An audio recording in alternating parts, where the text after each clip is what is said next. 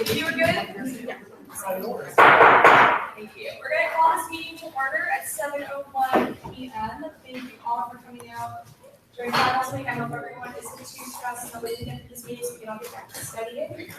If we can send around the sign of the attendance sheet. Do we have an attendance sheet? Maybe we'll just pass around a sheet of paper. Does anyone have a piece of paper we can send around? Thank you, Justin. Send that around. Without further ado, we'll begin with the approval of the agenda. Are there any amendments to the agenda?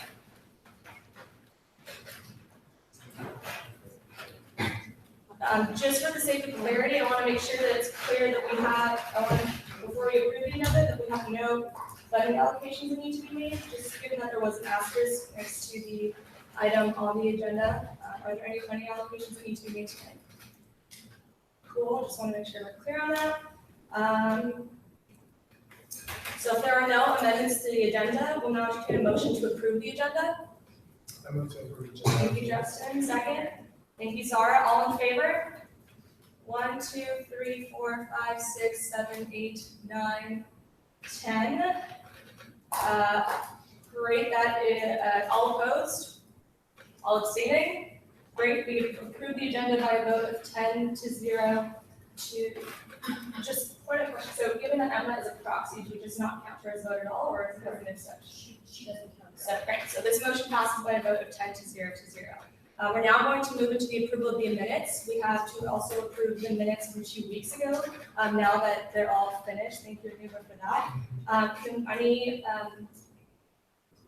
Can we get a motion to approve the minutes from May 30th, 2017? Thank you. Chloe, second. Thank you, Justin. All in favor? 1, 2, 3, 4, 5, 6, 7, 8, 9, 10. Seeing as all council members voted affirmative, this motion passes by a vote of 10-0 to 0. And now we need a motion to approve the agenda from June 6, 2017. Thank you, Zara. Second. Thank you, Malik. All in favor? 1, 2, 3, 4, 5, 6, 7, 8, 9. All opposed? All abstaining? Great. This motion passes by a vote of 9-0 to 1.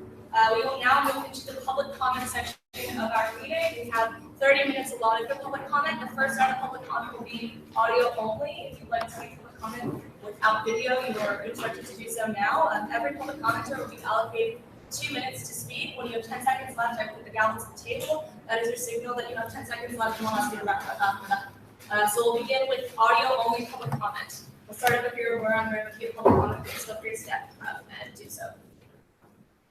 Great. Good evening, everyone. My name is Mackenzie Posse, and I'm the 2017-2018 editor-in-chief of the Daily Bruin. While I don't know how far along you've come in the appointment process for the communications board, it has come to my attention that Sarah Zogby is a finalist. I came here tonight to express my concerns on behalf of student media. I would be remiss not to express these concerns for a potential member of our publishing board. Following news coverage of Danny Siegel, the former USAC president, after a photo of him making a gang sign was leaked, Sarah spoke to the College Fix regarding her attempts to have articles removed from the Daily Bruin and other media outlets. At a time where free journalism is under attack, there is nothing more important to me than the newspaper, radio station, and news magazines that form student media maintain their independence. While I understand that Sarah was attempting to have the articles removed after Siegel received threats, the chilling of free speech has no place in student media. I understand that there's more to this process than I am privy to, but I strongly believe that this needs to be considered in your decision-making process. Thank you for your time. Thank you, Kenzie. We'll begin again, starting here. Audio only public comment.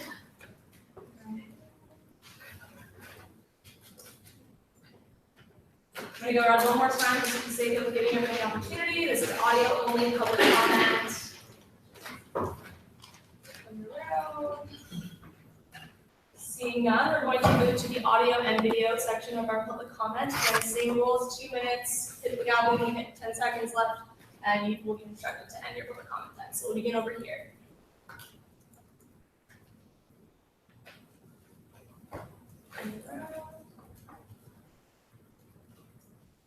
Let's just go around one more time for the sake of consistency. If anyone would like to make public comment, this is your time.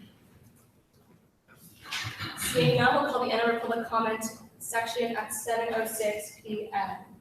We are now going to move past the special presentation section of our agenda, given that we have enough special presentations, and move towards the appointments, beginning with the appointment for communications board. Given that we have already heard of the applicant, I hope everyone remembers and is refreshed from the description. Does anyone need someone to read the description for the duties of this application, this appointment? Great. In that case, without further ado, we're going to invite Sarah Zagi to be our first appointment of the night. Just a reminder for all of our appointments, you're going to have 1 minute to introduce yourselves. It's an introduction. I'll hit the gavel when you have 10 seconds left. Then we're going to move into a 5-minute Q&A section of the council. They can ask you questions. After that, you'll have 1 minute for closing, and again, I'll hit the gavel when you have 10 seconds left. Sarah, please feel free to raise in front of the room. We can cover up the projector.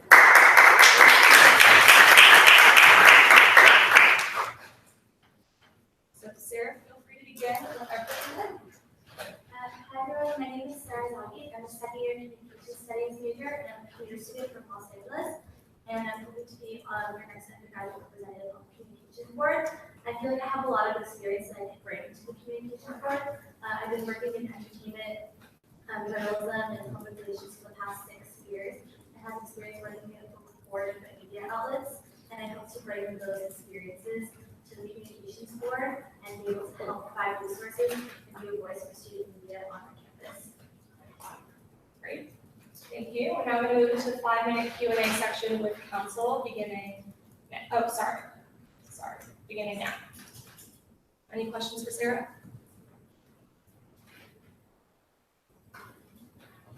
Well, I'd like to just hear your side of the story on the Danny Siegel matter, because I think that it would be fair. If you want to talk about it. No, of course. Thank you so much, Mackenzie, Lee, and Evan for bringing that up, because I think it's something very important that needs to be discussed. I personally love the fact that UCLA is an independent student media, and I think that's something that's very important on our campus, and I would never want to affect that or go against that, and I never did. You can ask anyone on the Daily Grid. I've never contacted anyone about taking that article down. I didn't ask anyone questions about it. I've never spoken to Tanner or anyone over there about Danny at all.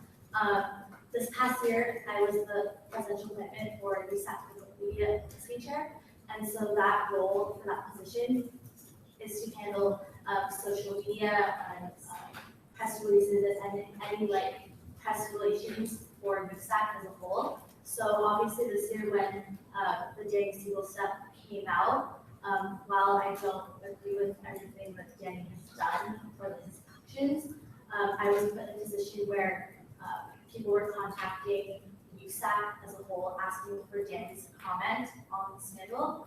And so I had to go and ask Danny if he wants to respond to interviews. We got a lot of Facebook messages from media outlets and people just asking Danny for his side. And so I asked Danny if he wants to comment on anything. And at the time, he said he does not want to give any interviews or any feedback to any of the media outlets. So my job is just to relay the information Danny was giving me to the media outlets. Now my job is kind of responding and giving back and forth information of what media outlets are saying back to Danny and then telling Danny what they're saying. I never told anyone to take down an article. Someone brought it to my attention that there's an article online that is that has used my name as claiming this incorrect stuff. And it's I obviously do not want I believe in free speech, and I took a free speech class this quarter, and I am a journalist. I value free speech so much, and I would never want to tell someone that what they've written can be taken down. And I've never done that. All I was asking for is to correct the information that is there and to make sure that whatever his quotes are he wants to say, whatever information he wants to say, give it to them, whatever they say, and just bring it back to me. So I hope that somewhat answers your questions. But that article that you guys referred to, I talked to the past chairs of Concord, and one of the past chairs is one who brought it up to me actually. And so I just feel like I need to clear that up. I was personally misquoted, and that is outlet that's not really people. And just like one thing personally, like when I saw that, I asked one of my friends who is in student media, because I know students and students, and I'm writing UCLA in student media, they work very hard and they have a lot of integrity in their writing. And you know, something when they're quoting something, they just correct out their quotes. They don't just put random quotes out there. And that's something that I really respect about our student media, especially Abby and everyone that's training student media and teaching them about journalistic integrity. That's just something I really respect. I hope that solves your Quick, Justin's hand is up next, and we'll come back. Briefly on that same topic, if there's anything that you recommend there's something going about the situation in the USAC social media chat, anything different that you could have done? I guess in that situation, I probably should have just not responded to that outlet, I guess, other than just responding information back and forth to Danny. I feel like in that situation, there wasn't really much I could do, other than like, going back and forth between them. I could have possibly had Danny directly talk to them, but I know that was something that he did not want to do because of his own, he was under a lot of stress. And so he was like, this is your position, you need to contact, you need to respond to that. Yeah. I don't know. Just so you know, we're at the last 5 seconds of the question and answer period. Do you want to extend it? Okay, is there a motion? Motion to extend time by 5 minutes. Thank you. Give me a second. Zara, all in favor? 1, 2, 3, 4, 5, 6, 7, 8, 9, 10. Seeing as all council members have been affirmative, extend the time period by 5 minutes. Then you can begin with your question. So just to clarify, like, in no way did you join outreach, whether it be the Daily Bruin, like any media outlets asking for the article to be retracted? It was simply people reaching out to me or to Danny via email. Danny just forwarded emails to me, and I would respond back to them. I've talked to at least 5 or 6 different outlets. Most of them, I responded, no, like Danny's not going to give a comment on this. Some of them just said, okay, thanks. I guess we won't do articles since we don't have direct quotes from him. Other news outlets decided to go around that and just use whatever information they could find. A lot of which is incorrect information, like about Danny personally and about the situation. But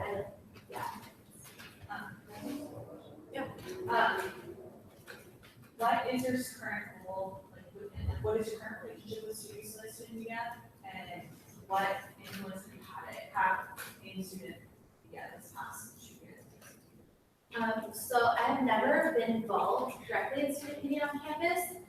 In high school, I was on my school newspaper, and I worked with 3 different entertainment media outlets, like in LA. And then right now, I'm a campus correspondent for campus, the UCLA campus correspondent, which is basically a women's college magazine.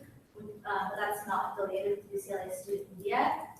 I have a lot of friends who are involved in student media, and I read the paper and like not just Daily Bruin, but Fed and and all the news magazines.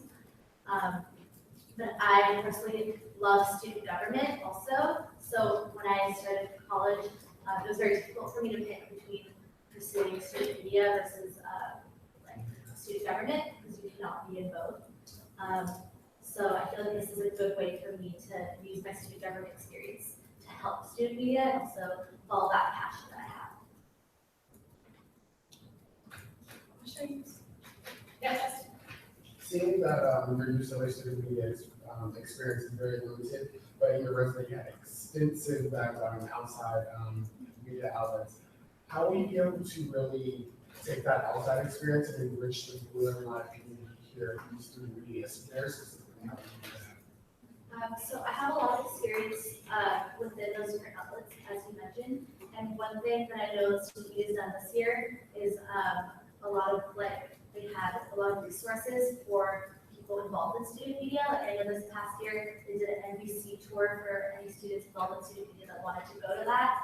And I have connections with different studios and different people in the entertainment industry that I could use to come to student media and kind of give them lessons, guest speakers, bring people in, bring reporters that I know and I've worked with as a publicist, to bring them in and talk to student media and help provide resources for them, not just to help them grow this year, but also to help provide internship opportunities for them in the future. I also have a lot of experience with social media and branding, and I believe that a lot of the news magazines on campus, most people on campus do not know about them, and I feel like I could use that experience to help grow the news magazines. I know people like Instagram are helping get verified on Facebook and Instagram and build their social media presence on campus so that everyone knows all the different news magazines we have on campus. Okay. So the role of Comms Board is to serve needs of student media. So what specifically would you do to, first of all, identify these needs, and second, also develop them outside of just expanding your social media presence? I would directly go to the different news magazines and outlets and ask them what issues they're facing and how I can help them. I don't expect them to come to Comm Board and tell us what their problems are, even though they do a lot of the times. I feel like it should be my role and the rest of the representatives to go out and directly contact the different reporters, not just the reporters and the editors, but also not just the editors, but also the reporters and everyone on the staff to make sure that their voices are heard, and just try to solve whatever problems that they have and find creative resources for them. This past year, a lot of different news magazines didn't have as many resources like cameras, and this year they worked to have daily brief to share some of those resources with the other news magazines, and I hope to be able to provide more resources like that. Also an idea that I personally really want to pursue is I know that the news this is the first year that student media is in the green. The past student media has been losing money in print every year. And I think the great thing is this year we've been focusing on the radio, but also adding Brewing Newsroom as another channel of student media. There's an Brewing Newsroom is a video news series that started under the USAC this past year. And so by adding that, that'll be another source of funding, so we'd be able to print the news magazines more. And that's something I know I have a lot of friends who are writers in news magazines. That's a big issue for them, is that they don't print enough. So we can get more funding with those to print them. Yeah. So could you outreach any of these media outlets specifically in the context of you want to do under Comms Board and ask them what you can do in that capacity to serve them, or just more information that you want from the friends you have in social media? I reached out to a few friends that I know in student media and asked them about what resources they need. I have one of my friends, the editor-in-chief for HAM, so I asked him directly what issues he faces, and he talked to me about the problems that HAM is facing this year regarding funding and printing and how Comm Board works, because he's gone to a lot of these meetings and he's friends with the other editors, and he told me about a lot of the bonding activities that they're doing with the other news magazines, and just telling me about all the problems, because I know the editors talk to each other about these things, and I hope to build a relationship with the other editors, even though I do not personally know them yet.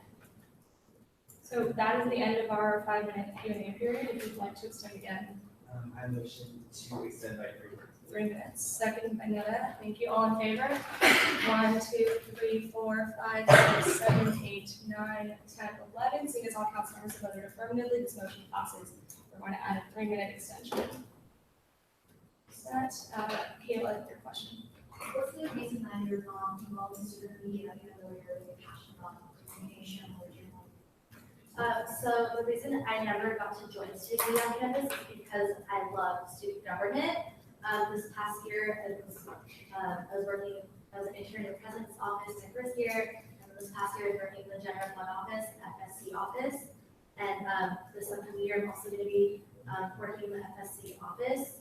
I know Ariel stated this in like an email to you guys, she told you guys, but I'm supposed to be chief of staff for the FSC office this upcoming year, but I'm really passionate about the communications board, so. Sorry, can you speak up a little bit? I'm really passionate about the communications board, so if you guys, I would be willing to step down as chief of staff in the FSC office in order to do that.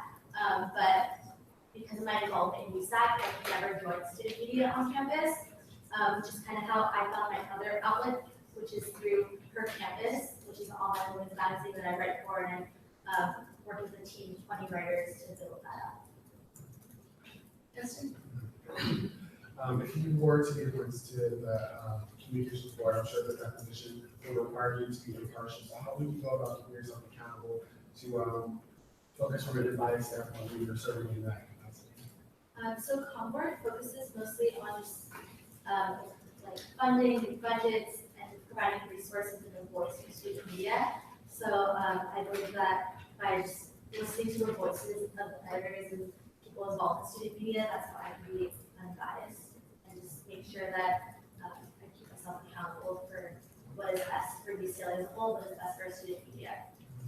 I have a question as well. So given that the role of the communications board is to financial oversight and provide personnel advice and guidance to the media teams, what is your vision as a potential undergraduate representative of the communications board and what we should look to implement in your 2-year term? I hope to just provide more resources and be a voice for the student media by bringing in speakers and by having a sensitivity training and help with the funding, make sure that we have more funding for student media, but also we're able to print more student media, and that everyone feels, you know, that our independent media has a great year and Print media is suffering financially, nationally, if not internationally. What ideas do you have to make the UCLA student media profitable without losing the print media aspect of the portfolio?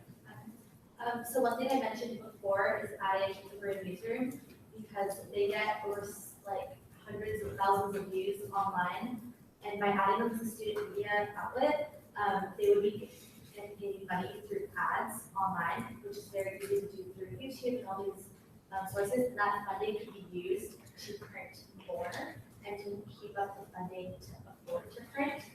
Another idea that Kristen had was to, for Daily Brew to possibly give up a section like once a week and let the different news magazines print kind of like an opinion piece or something, kind of to give them visibility and still give them an opportunity to print, even though we might not be able to afford to keep printing all the different news magazines. So that is the end of our extension to the 30-minute period. If there are no other questions, Sarah, I'm going to get to your 1-minute period of closing. Just a reminder, when you put out to the table, you have 10 seconds left.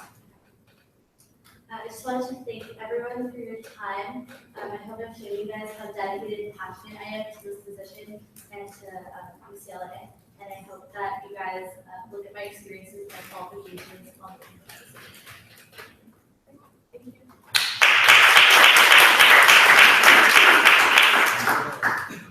So now we're going to ask for ARC's recommendation. Just a reminder to ARC, you are not supposed to tell, members of ARC are not supposed to disclose how they voted, although that was what we did last week. That is not in accordance with their bylaws. So someone from ARC, tell us what the recommendation is. So Sarah, sorry, I don't know if that's the last name, but I'm not sure. Did not receive a recommendation from the art committee on the basis that although the city Okay, sorry, go ahead. Sorry, go ahead. Yeah, okay. So Sarah Z did not receive a recommendation from the art committee on the basis that although this candidate had extensive experience with entertainment media outside of UCLA, this candidate did not have enough experience with UCLA-based media to urge the committee to provide strong support. In addition to this, it was brought to the committee's attention that this candidate had previously attempted to silence multiple media outlets with the photo of our past USAC president and Siegel holding a blood gang sign. The committee did not feel comfortable offering support for someone who sought out to silence the media's freedom of speech. We would like to have help with that again. So, yeah. Perfect.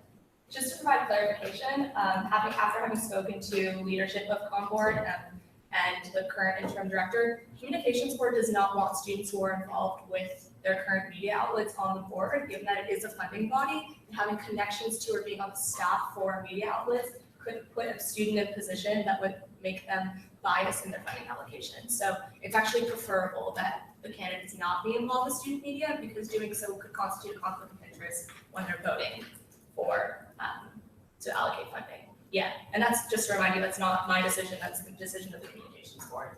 Yeah. Specifically with funding bodies, I find that and counter that argument, just because CRC and SOC consistently house students that are part of those projects and have them as funding recipients. So for ComBoard to specifically say they don't want someone on the board that's in regards to another committee or like a different resource, I do invite that because they shouldn't be current in those, but I do find it disheartening that she hasn't had any experience with legislating media.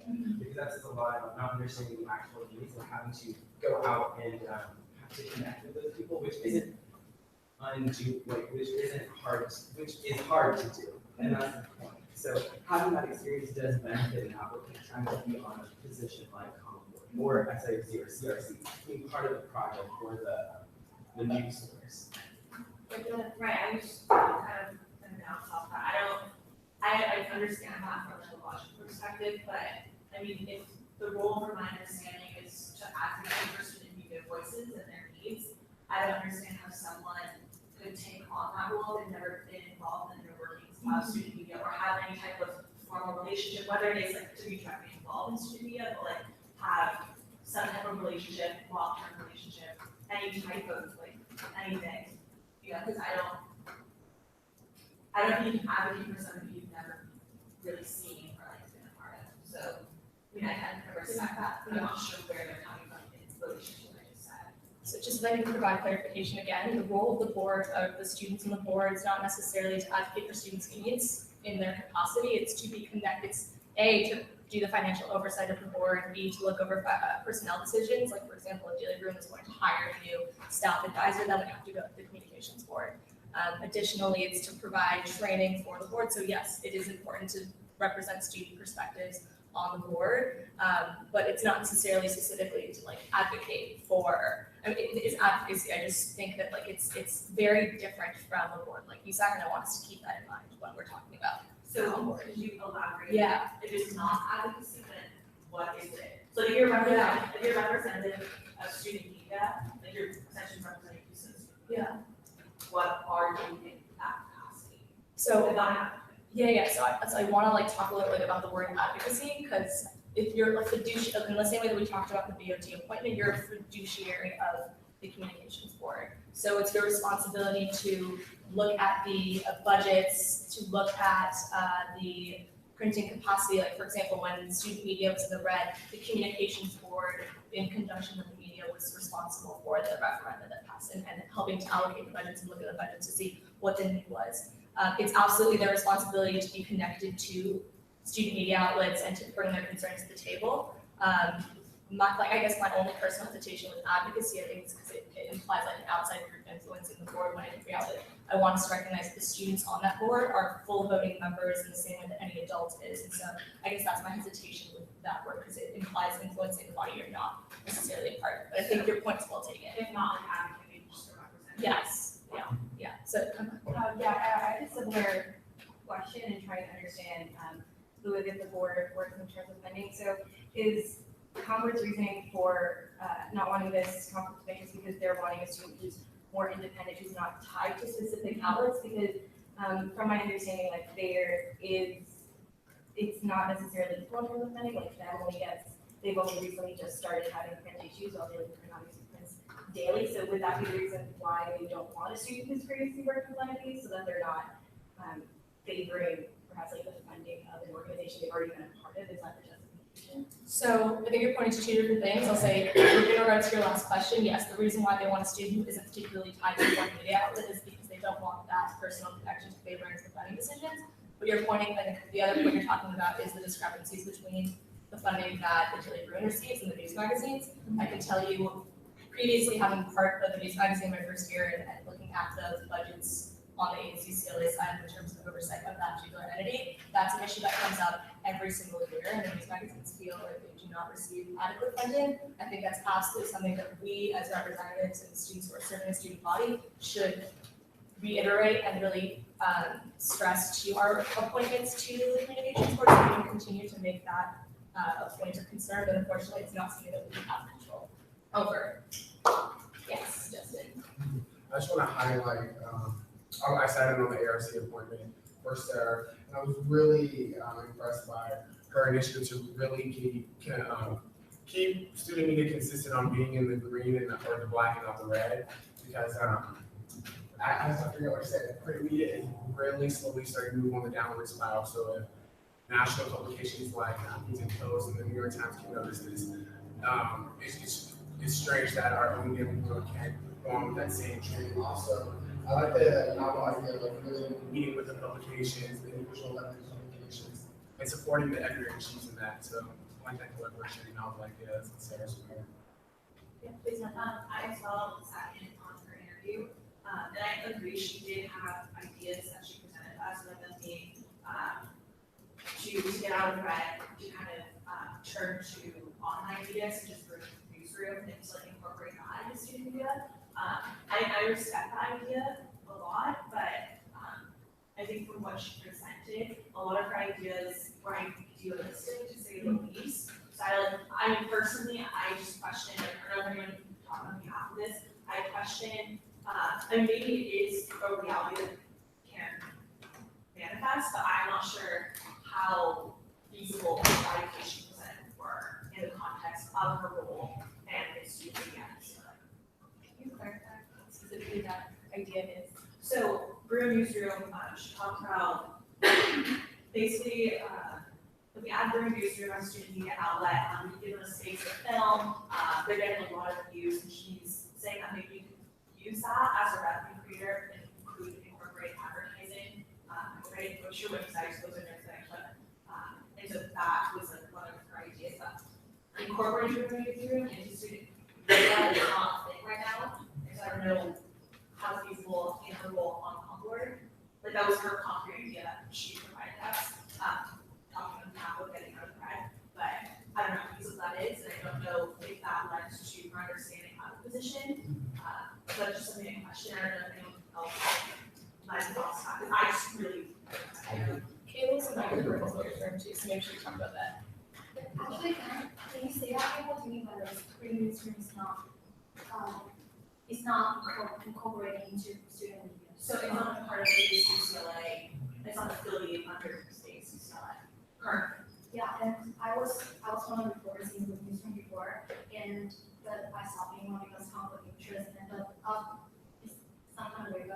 After a while, they became much more successful, and have a lot of this because they do a lot of special projects and they have a lot of videos. And I took a class about communication, about how to found the print media, and it's exactly what ours says. Like you see, kind of like in my class it's like online, so I think it's really like a video too. So using those kind of stores to attract sponsors, so they can invest money in that, and that's kind of how to support print media. That's exactly the logic. So Great. I agree with that. I agree with the idea, but my question lies within, because Bruin Newsroom isn't under her jurisdiction, how feasible is the idea? If that's like her main communication idea to create revenue, how feasible is it to create revenue off of an entity that's not under you? So just to clarify, because she did talk about this during her interview that she had at the office, she has already spoken to the leaders of Bruin Newsroom who expressed interest in applying to be part of student media. So in her capacity as a representative of the board, like it wouldn't be something that she could say, like, I want to single-handedly bring Bruin Newsroom into the media. She would have to work both with the media outlet itself and the communication board as it exists now to see what the process would be in regards to like how they get on the payroll, how they get into the budgets, how they will be seen as part of student media in the same way as a news magazine is a Daily Room or UCLA's radio. But there was a point at which UCLA radio didn't exist, right? And so this would be another additional way to do media on campus.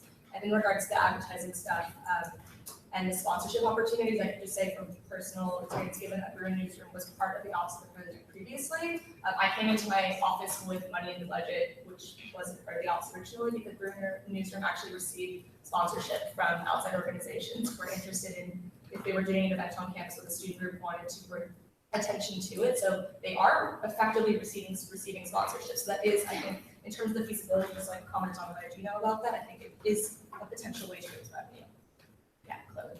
In terms of the newsroom piece, I think for the part that I'm questionable is like whether or not it's actually a feasible source of funding, because Facebook has pretty strict restrictions when it comes to what news the ad has to. So there's specific numeric benchmarks that your page has to meet before they're going to add revenue options for you. So something to think about in terms of the reasoning behind that. I think that we want that to be like a funding source. I don't think that that's currently actually monetized on the metrics of the page. And the second thing that I guess for me sort of my own defense is that one of the things that stood out to me when we were all looking in front of us was that she had really specific ideas as to things that she wanted to improve on from Osborne from last year. And I didn't really hear or see any of that in application. So I think one thing that I was specifically looking for is an in-depth understanding of things that Osborne had done in the past, and then also what we did that to improve on those. Yeah, Christina, you've been your hand for a while too. This was like a little bit away from our newsroom, but one point that I did find concerning was I can't speak on behalf of the owner, but I don't believe it to be in their current or best interest right now to cut a full section from the paper, because every single section is very, very important for a holistic journalistic experience. And also, I know that a lot of newsrooms have been able to print this last year with consumer programming, which has been really exciting for them. Just another point that I want to bring up. But personally, I'm also on the fence right now because of all of this discussion right now, the points that I brought up, and also I believe her skill set to be very impressive, but not necessarily most well suited towards being this position. Yeah. The only thing I would touch upon is that it's probably on the Bruin Newsroom, and for her to talk to the Bruin Newsroom representatives and not really first her ideas for the Bruin Newsroom's ideas to the Daily Room as well, because there is conflict within those two media sources. You can call them that. It's interesting because she stood before us and said that she would connect with all these different entities and has friends in all these different entities. But to be a true representative, you should be able to, if you're talking to one, you should be able to talk to the other and really get a feel for what your conflicts are. And if you're looking to institutionalize your newsroom into convoy, I find that conversation to be difficult to look at as well, because it would be co-opting a lot of the work that's already been done on campus. And I think continually we see that within USAC, and that's something that should be addressed as well within our conversation with the newsroom, because it came out last year, and it really did co-opt a lot of the work that was being done by the Daily Room and other news entities on campus as well. So. Okay, just kind of a question to Divya. So what's the conflict with this part between Daily Room and Bruin Newsroom? So the conflict is that a lot of the things that the Bruin Newsroom does, the things it covers are being covered by the Daily Room already. So it's like two sources doing the same thing. So like that's what co-opting of work is. Like when you're not working together, not working like when there is a newspaper magazine and they're printing out news, but then you're going and you're filming the news and then you're putting on Facebook and acting like you are a source of media. When Amy Chow was on the council last year, she talked about how the Bruin Newsroom only highlighted specific things and wasn't really a holistic view of campus overall. And that holistic view, or those things were just USAC.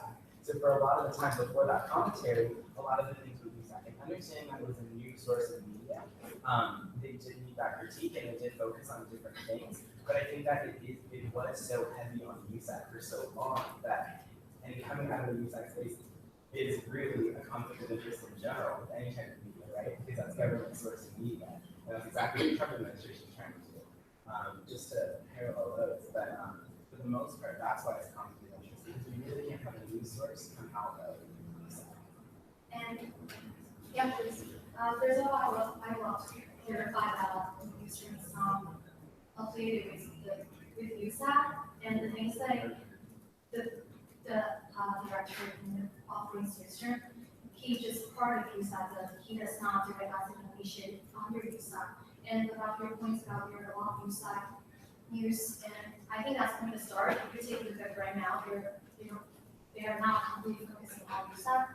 And the third point is that actually the director of the minister had a conversation with, I believe, an advocacy before he did agree, and because he wants to kind of make sure there's no not no conflict of interest or whatever. And I think the only conversation and the message got back from David is that when we are using their photos, we need to cite them, and that's the only thing we got. And they don't really express the kind of feedback about not duplicating use.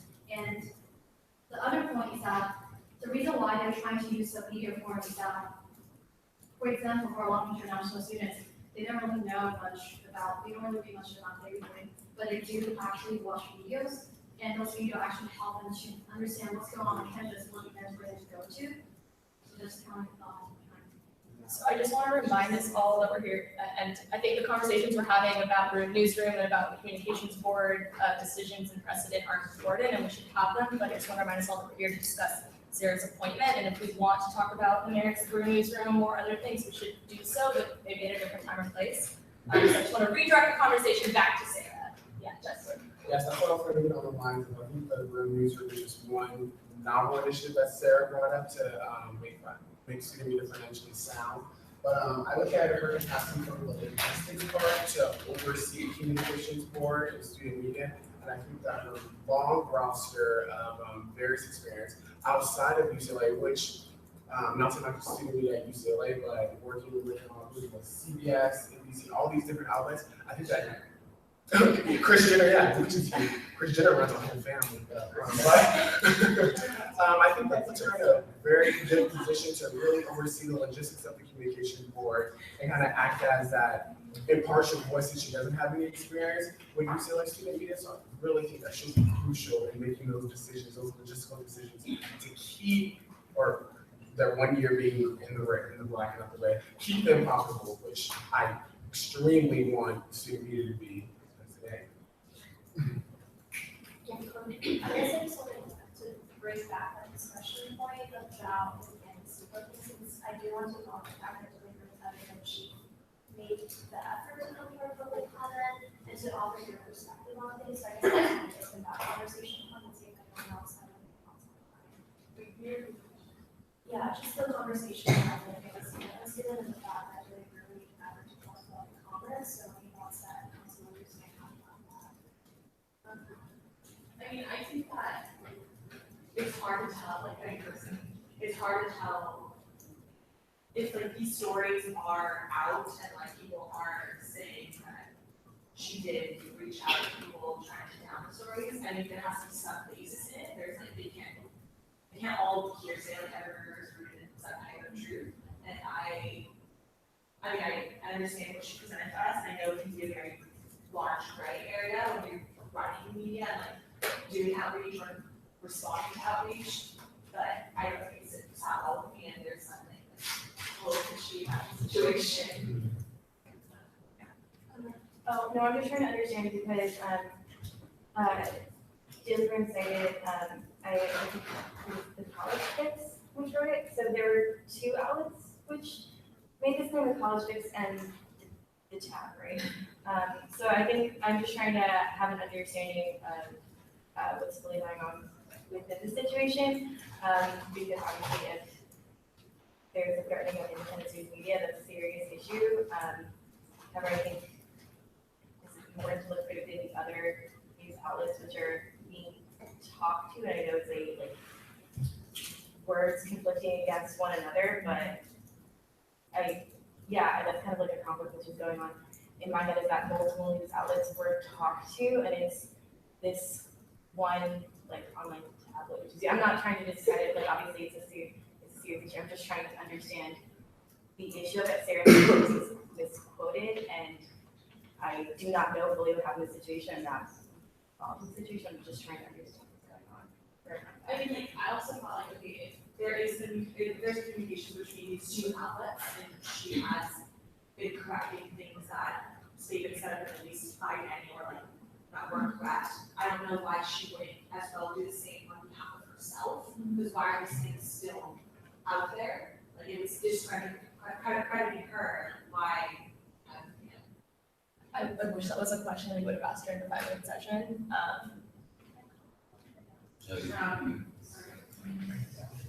I think we should vote. No one else has anything else to So, say. is there any other discussion? I would actually like to say something. Having read Sarah's application, I'll let you know that she actually applied for this position twice. The first time we decided not to accept her application because she was the chief of staff in an office, and we decided that that was not an appropriate duality of responsibilities, just given the sheer gravity of what those things entail, but also being chief of staff in an office that media is potentially going to be reporting on was really important. And at that point, given that Sarah was part of the foundational group that created the office, she did not feel comfortable stepping down. But once the application, I believe, opened again, she very, I think, respectfully came up and said that she was so passionate about media that she was willing to step down from that post in order to pursue this position. I really hope that we're not going to penalize Sarah, who I believe to be a very good advocate for this position based off of our critiques of Danny. I think we can all agree that that situation was inappropriate, it was offensive and inexcusable. I don't think anybody on this table would dispute that. I hope that we won't have her appointment be an indictment of him. We should continue to talk about the ramifications of that incident on this council and on campus. I would never want to stifle that conversation, but again, this is Sarah's appointment, not Danny's. I hope that your votes will not be based off of critiques of the Bruin newsroom, because that ends up taking over a bulk of our conversation as well, though we should continue to engage with the Bruin newsroom if we believe there are improvements they can make, and I hope it will not be based off of our agreement or disagreement with the communication board's president regarding who can or can't serve. And there was a mention of Trump administration media. Let's also not have that. Sarah's going to be in that. Unfortunately, I wish Sarah had more time to talk about provision. The questions that we asked were important, but they did take up a lot of time. If I could just point out a few things that she mentioned during her interviews and her first application, which I unfortunately couldn't send to you all, because I didn't want her to have an unfair advantage over the other appointments and having 2 applications sent.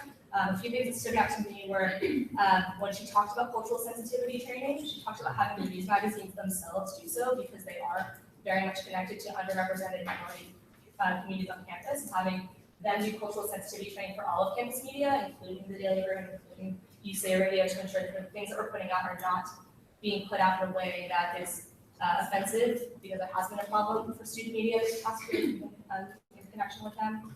In regards to her idea to encourage Daily Bruin to print pieces written by staff of the news magazines, just to clarify, like, she can't force Daily Bruin to do that, that's their choice, but she can encourage them to do so. I don't think it was to take place of a section of another area based on the conversation I had with her. It was more so to encourage them to have, if I understand correctly, and hope I'm not misrepresenting their ideas, to work with Daily Bruin and see the possibility of including a section in the Daily Bruin, whether it's once a week or a few days a week, where they publish one of the pieces written from one of the news magazines to increase exposure to those articles and hopefully get students to feel more connected to those things. So they'll pick up the news magazine or look online for it more often. I think one of the last things that seems to be very relevant to the conversation we've had here is wanting to work with professors in the communications department here on campus who specialize in the ethics of journalism, and having them do more training opportunities for members of our campus media to ensure that they have access to those resources as well. And one of those professors happens to be the staff advisor for the Daily Bruin, so I think this shows some understanding. I think Sarah is a fantastic candidate.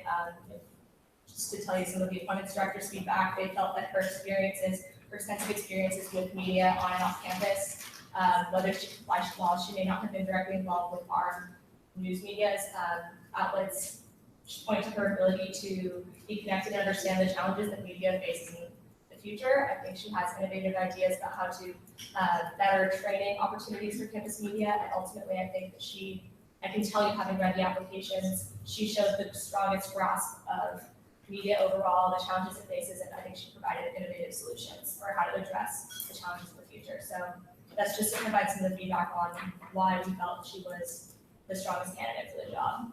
At this point, yeah, I mean, based on you, Yeah. choosing her, why did you feel that choosing someone who has large external, because like, that's the biggest point still for me that I like to say in defense. Yeah. Why did you choose someone that has largely external media communications experience rather than choose someone who has developed relationships, whether in the past, or has some formal relationships with like student media? Because it goes back to like understanding the workings of these media outlets.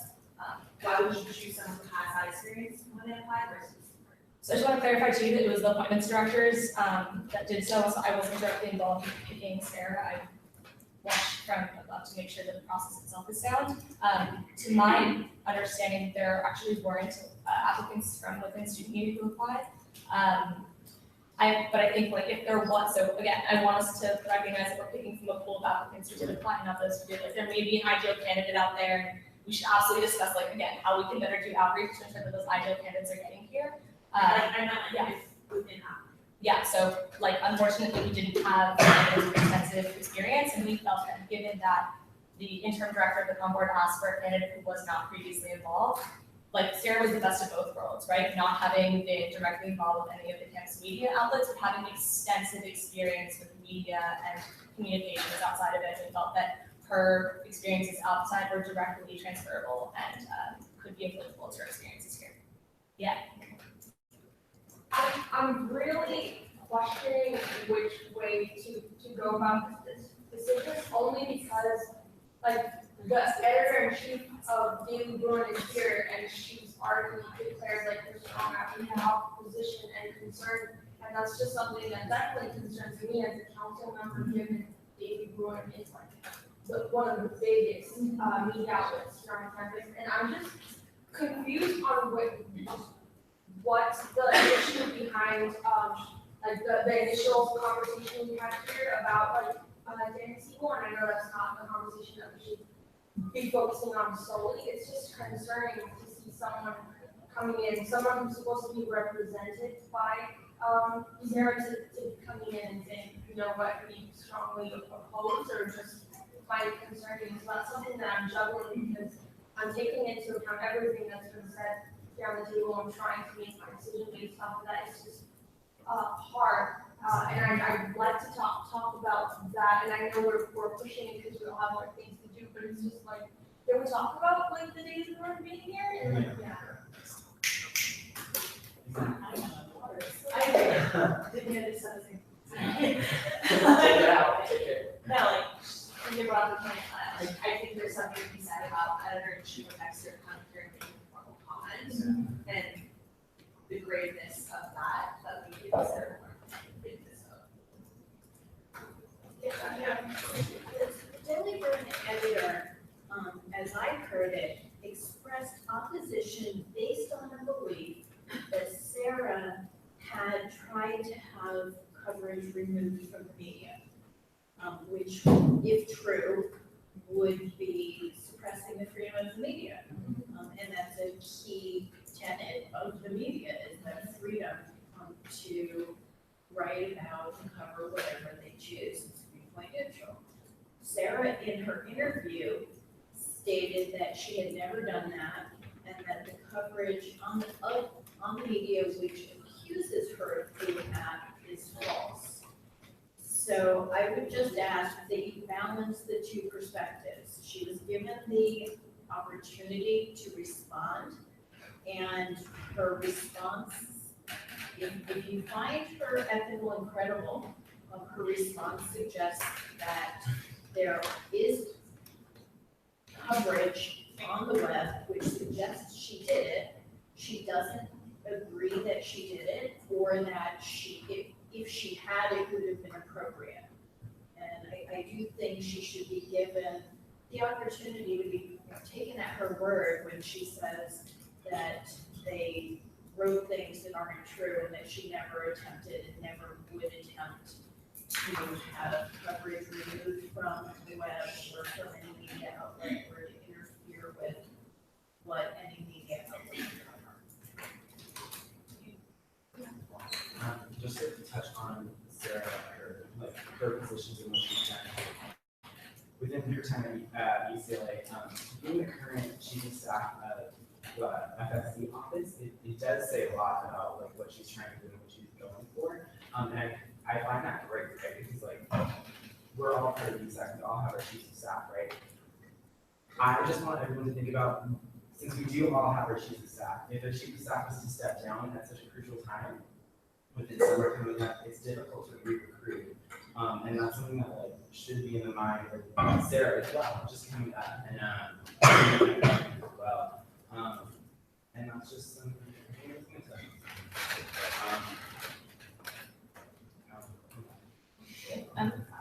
Yeah, I'm really glad you brought up that point actually, because sitting here talking for Erin, I am the other chief of staff for the Financial Supports Commission, so I hope I can provide some clarity for that issue. Obviously, Sarah stepping down, it's something that like we would have to work with, but Sarah has talked about wanting to apply for the communications board, and as Ariel said, she applied twice. The first time was rejected because she was chief, and then we had a discussion again as an office, which pretty much been in Quebec, and how Sarah really wants this position and how unfortunately she would need to step down. And I think that her doing so, that does show how much dedication she does have to the role of the communications board.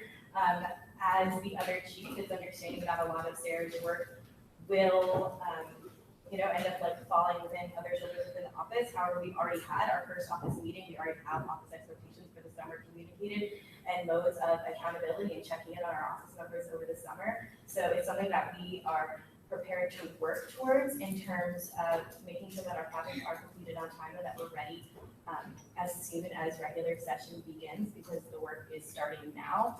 And it's understanding that maybe we will have to have another chief, maybe we will have to have someone else step up, but those are things that we have already begun talking about and that we are prepared to handle and to do. Yeah. Talking on behalf, or responding on behalf of I like just where I am currently is yes, you could take her word for it, or I mean, we have 2,000 perspectives, and it's like, who's to say that she has, like I said this before, there is a huge gray area in which things can be distorted and presented in a manner that aren't reflective of the truth. And I mean, who's to say that she didn't do that? Like, I don't know her personally, I don't know her ethics and morals, and I can't move past that for some reason. If I can just, I think, and I wish Kenzie could be part of this conversation, but unfortunately she can't. Just to clarify, Kenzie came here to express her, if I understood it correctly, her concern if that those things were true, and she herself asked for clarification, and she said she hoped that Sarah could clarify. Again, I believe Sarah did clarify, so the points of contention here are not Kenzie as editor-chief and Sarah as an appointee. It's the college fix and the tab, which are claiming one thing, and Sarah is claiming another. Sarah mentioned that she spoke to numerous different outlets. It's surprising to me that the numerous outlets did not report that she tried to suppress the article. These two particular ones did, and if I understood her correctly, she only spoke to one out of the two. I also would encourage you all to look at previous coverage of the college fix. I myself have been misquoted by them before. I'm not trying to call or anything into concern. I've reached out to them as well. They have not corrected my errors. I'm happy to send an article to you as well. So I would encourage you to look, if your computers are now, look up the college fix. It has a slant to it as well. They're very clear about the step that they take. If that passing judgment on that particular news media outlet's perspective, it's important for us to take all of the facts into consideration here when making a decision. And again, this shouldn't be an indictment of, and I don't think the conversation here is, but like, and I regret, I don't want my comments here about the college fix to influence anyone's decision either, but let's look at the facts on the ground. Yeah. I would just like to raise another point of concern with what Sarah mentioned in her interview just now. She had said that a lot of the media coverage covering, well, you keep referring back to the 60s, obviously the issue at hand, covering Togo was very inconsistent and correct. However, being a person that was heavily following that and part of that and consistently reading those papers and those publishings, the information is pretty accurate. So for me, it seems as though there's clear bias there, and so when she claims that she didn't do it, and that she feels that way about the certifications because that she's reaching out to them, trying to have them correct things that weren't correct. When I've read several of these, and I don't know which one she's read, and obviously we can't cross-reference those now, but it's like, I've read a lot of those, and a lot of the information was correct. So I don't see what room that there was any for any type of corrections other than removal entirely. So I think that's one of my concerns, but if no one has anything else, we should like respect others who are here too. Just so I can respond really quickly, I unfortunately recognize some inconsistencies in the reporting too. Someone claimed Jenny was in Sig F, he's not, and so I think yes, a lot of the reports were consistent, and it's important for us to, again, I don't want to turn this into discussion Jenny's, and we can all agree that that incident was completely inappropriate, but again, I don't want us to not take Sarah's word, at least not true. It shouldn't be about her character as well, but I speak oaths about her character. So again, we're here to discuss the appointment of Sarah's August Communications Board. One last thing I want to add to is Communications Board has no hand in the content of any media outlet. So on top of the fact that, like she herself has expressed that she would never try to suppress or influence campus media, like she is not allowed to as a member of Communications Board, which goes back to what we talked about, like not being able to be on staff for any of those boards as well. So just wanted to reiterate that as well, Justin. So based on Sarah's ability to, I believe, run the logistics of Communications Board and act as an impartiality on that board and apply her extensive external experience to amplifying the Bruin life, I move to confirm her for the Communications Board. Can we get a second? Oh, yeah. Oh, great, sorry, thank you. All in favor? Wait, okay, is there, don't you have to ask her? Oh, I'm so sorry. Yeah, wow. Sarah, you, at this point, we're gonna move to a vote. You're more than welcome to stay in the room. You're also more than welcome to step out, whatever you're most comfortable with. Okay, cool. I apologize. So we have a motion by Justin, seconded by Malik. All in favor? 1, 2. Like, I'm sorry. So- Still motion to vote. Oh, no, it's just motion. So the motion was made by Justin, seconded by Malik. So all in favor? Okay. All in favor? 1, 2. All opposed? 1, 2, 3, 4. All abstaining? 1, 2, 3, 4. This motion does not pass by a vote of 2 to 4 to 4. So we're now going to move into the appointment to the Services and Enterprise Board of Directors with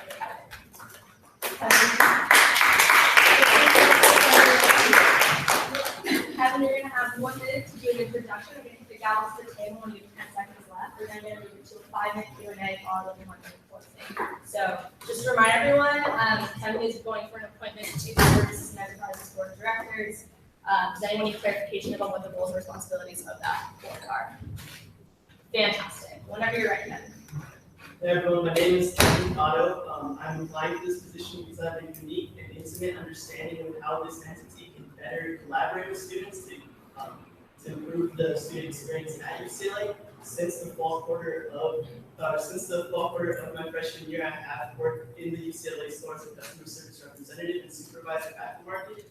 And in that time, I worked with UCLA management to develop a food donation program that not only helps tackle the problem of food insecurity on our campus, but also reduces food waste within the market. I've also, in that time, worked in the External Vice President's office where I helped to create, and next year we'll actively work to expand the Ruin Defenders program, which gives the tools, resources, and support necessary to allow individual student groups to lobby on their own behalf to government officials. And as undergraduate representative on the Services Enterprise Board, I would combine the knowledge and experience that I've gained working in these two capacities to ensure that the experiences and stories of all student groups and communities on our campus are elevated to the board space. Thank you, Kevin. We're now going to move into a 5-minute question and answer period, beginning now. Any questions for Kevin? Yeah, Kevin. Did you apply the first round? Or Yes, I applied both rounds. So, question? Oh, so I have a question for you. What do you think are the biggest challenges in UCLA is going to face in the future, and what are some of the ideas that you have to bring to the board to address them? Definitely. So especially in the coming years, I'm sure you all are aware that LA has passed a law to increase the minimum wage to $15 by 2020, and that's amazing. But that does pose some problems for ACCLA because they are having trouble with their finances now. So one way that I will push to resolve this and to ensure that student workers are respected and their hours aren't cut unnecessarily is to try to pass another referendum to increase student fees slightly so that we can see a lot more benefit within ACCLA and get a lot more money to work. Yeah, Chloe?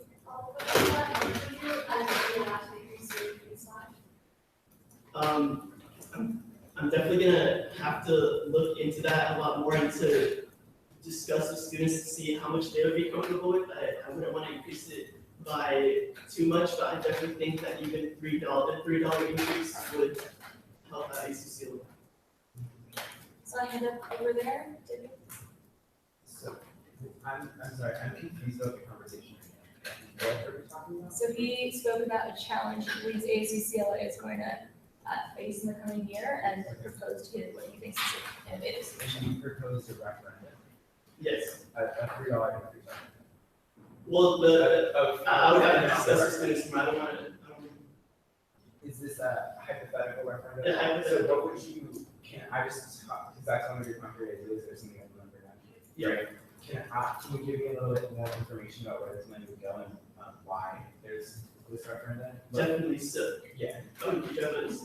I think I'll follow that. Okay. Yeah, well, one of the biggest things is that ACCLA now is having a little trouble with their finances. That they haven't been as good as of late. And an issue that arises because of that is that student hours tend to get cut. And that poses a real problem for student workers because I myself work 15 hours a week at the market currently. I'll have to resign if I get this, but I rely on these hours to pay all my finances, and I don't want to see student worker hours cut. And I'd like to see a way that ACCLA can help manage that problem without having that. Other than student workers, what communities do you think are most impacted by your role as the community representative, and how would you reach that feedback from communities? Definitely. So that's actually one of the things that I'm most passionate about.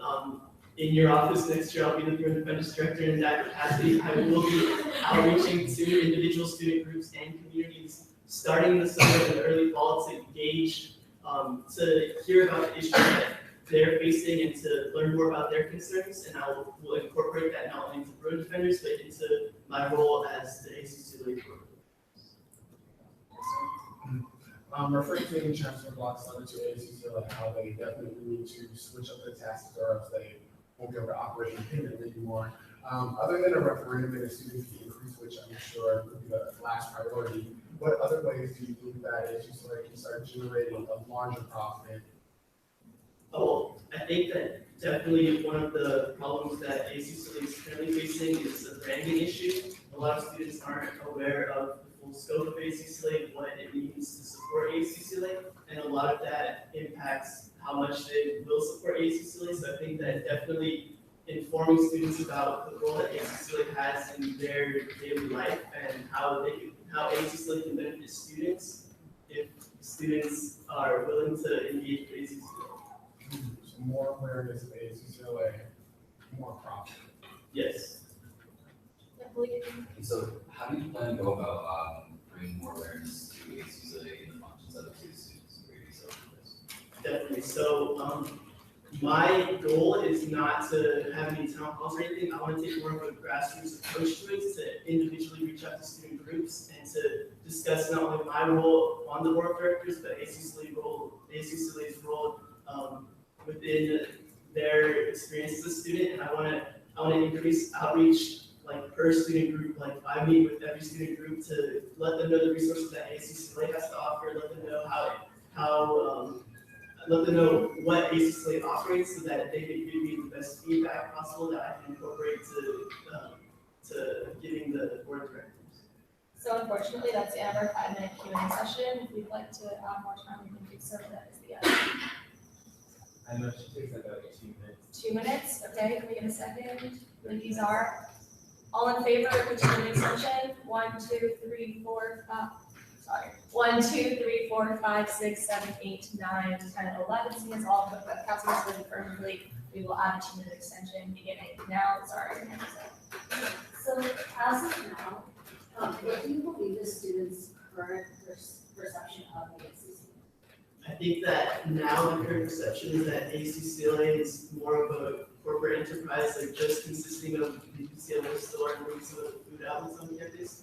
But it has ACCLA has a much larger purview, and they oversee like Kirkhoff Hall, Academy Union, and the services that are provided within both of those spaces, and like the space allocated there. So I think that if students understand more of the bigger picture of ACCLA, they'll be more willing to participate in the Can you give me some concrete things that you would want to complete as the board of directors representative? Because you talked about meeting every student group, which there are about 1,000, rather than having 10. And you talked about the referenda, which I've had experience with trying to create a space referenda on campus, and it's very difficult to go through administration and also have everything like down to a T, right? Crossing our eyes. But just can you give me your experience with writing a referenda or anything like that, and then also your experience with meeting or what you're planning to do to engage? No, definitely, and that's actually one of my passion projects is the food donation program that I've been working with ACCLA management already, and that's something that I'd like to see expanded across all ACCLA like stores and restaurants.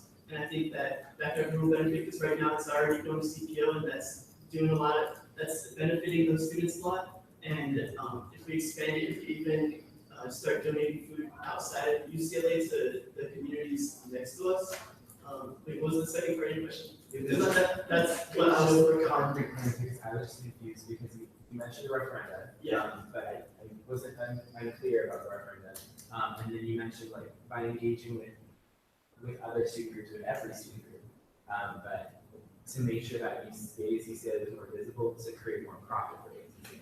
So I was just confused about how you would go about both of those as concrete plans, or if those were just side plans for you, like what your huge goal was. Do you know what I mean? Because you need to be running something for the board of directors. Well, my huge goal is to help make ACCLA more sustainable. That's the work that I've already been doing within ASUCLA. That's the work that I will continue to expand upon.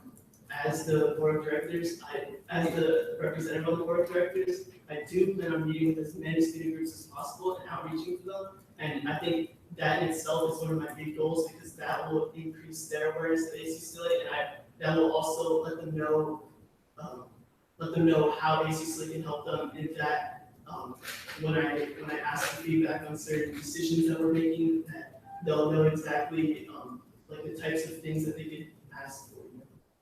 So that's the end of the 2-minute Q&A period. Are there any desire to extend? Seeing none, Kevin, we're going to move to your 1-minute conclusion. When you have 10 seconds left, I will move gavel to the table and you have 10 seconds left. So but whenever you're ready. First and foremost, I'd like to thank everyone for giving me the opportunity to interview for this position. Before I go, I want to emphasize that if I were to be selected as the undergraduate representative of the board of directors, most of the work that I do will not be in the board meetings themselves. Most of the work that I do will be in countless hours of research before every decision that I make, to not only look at the fiscal impact, but how the potential benefit for students. Most of my work will come from outreach and engaging with student groups to make sure that the experiences and stories of all student groups and communities on our campus are elevated to the board space, so that not only my decisions on the board, but all of our board members' decisions will be cognizant of the needs of all students. Great. Thank you so much, Kevin. So we're starting to really move into discussion, and more than welcome to stay in the room, also more than welcome to sit out there. Cool. So ARC, what was the recommendation? So Kevin did receive recommendation from our committee on the basis that they had a clear understanding of the positions, sought out to educate the student population about the functioning of ACCLA, and contact every student group on campus with them. This candidate is aware of the number of student groups that reside on this campus, but plans to achieve as many responses as possible. This candidate also stated that they can offer a spreadsheet for second to the board, which is something that we did talk about last week. This candidate has also been a part of ASUCLA since their first year and knows the policy process and which ones are actually official. This candidate also wants to focus on sustainability, food security, which is very important for everyone on this campus. And he also is interested in increasing student fees to increase ASUCLA's budget, ultimately accommodating for student workers' wages. I also like to point out that UCLA does have one of the lowest student fees of all UCs. So that was one of the main reasons, in addition to everything else that I just mentioned, that's why we chose to support. I'd like to open up the floor to discussion. Yeah, I sat in on Fred's interview and I thought he was like very well qualified, and I am very harsh in terms of interviewing, I'm gonna be completely honest. But I think that his passion just like we talked with him. He was a little nervous, but even through that, it was just clear to see, like, I turned him around, but like, I like him, he's good. I really, really like the fact that he mentioned that he works on the ground level of, a part of ASUCLA, to the small freshman year, so he knows what it is to be part of the larger entity, and I think that says a lot. And also, I think he brought up a lot of really great points. He said, quote unquote, his position is not to speak on behalf of campus communities, but to elevate their voices, and I think that's a clear understanding of the role. And I mean, him reaching out to student groups, I think that was maybe a point of, like, oh, we're scouts as student groups, but as I said, like, the things that he's done with working with the things that he plans to do, the things that he's done with student government, I think it speaks on behalf of his drive, and if he does say that he's going to be reaching out to these groups, I do believe that he will take every attempt to do so. And so, yeah, I would advocate for him, and, I'll take your hands up next.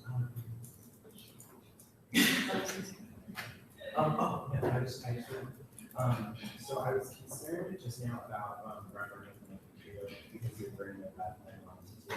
But now I was just thinking about how board of directors has access to so many administrators and how when we were doing our referendum in like the ERC for space, we really didn't have the same access to do that. So if we have someone in that space that is fighting for student workers, I don't think that's a bad thing. So I think his idea doesn't, it's hard, it's gonna be hard to do a referendum that asks, well, he said, do you have the lowest fee? So I think that's a pretty concrete idea. And I like that.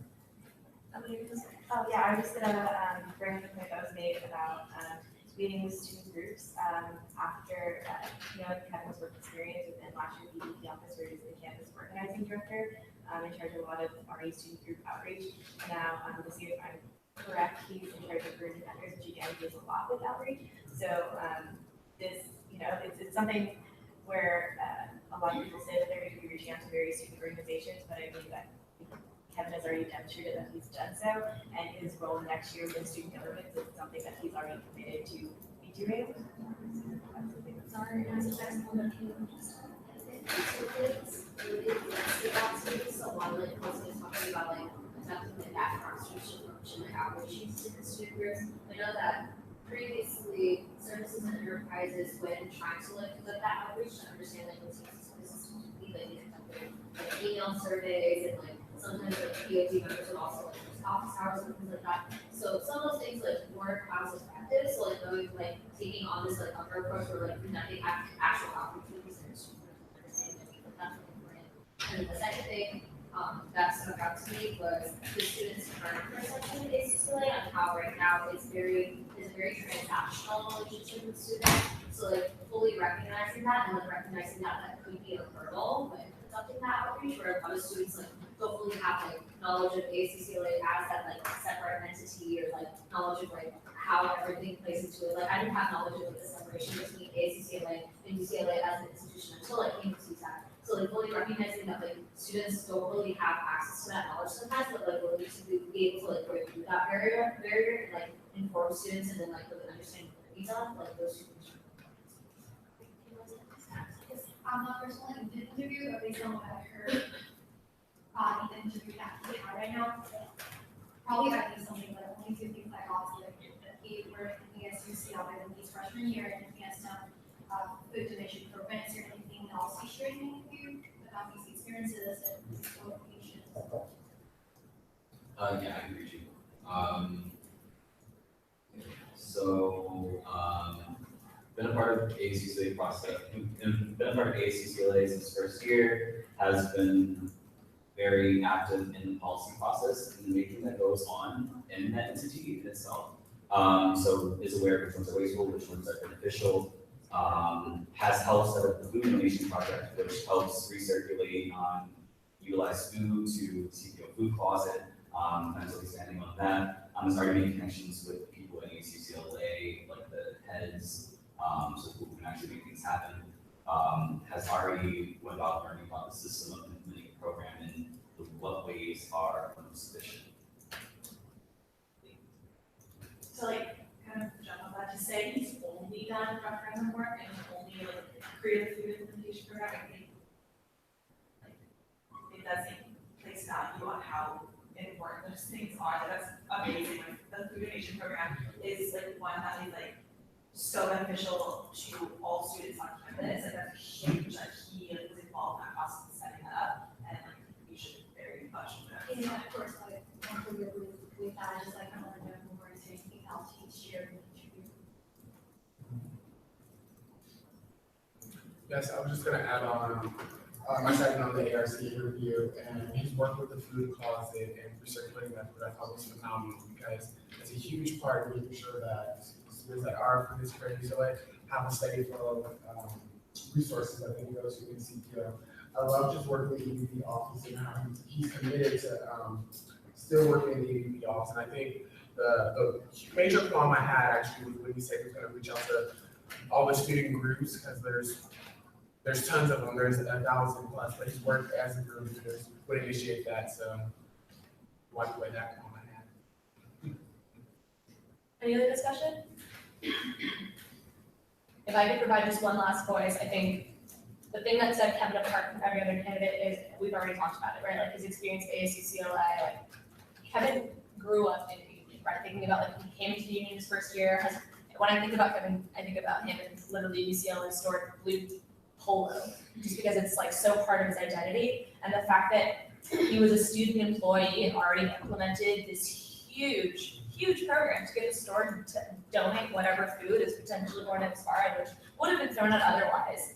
And having done that as a student employee, which I hate to say it this way, but when you look at the hierarchy of ACCLA, it's nowhere near the top. Like, the fact that he's done that without the platform makes me that much more excited about all the work people do with the platform.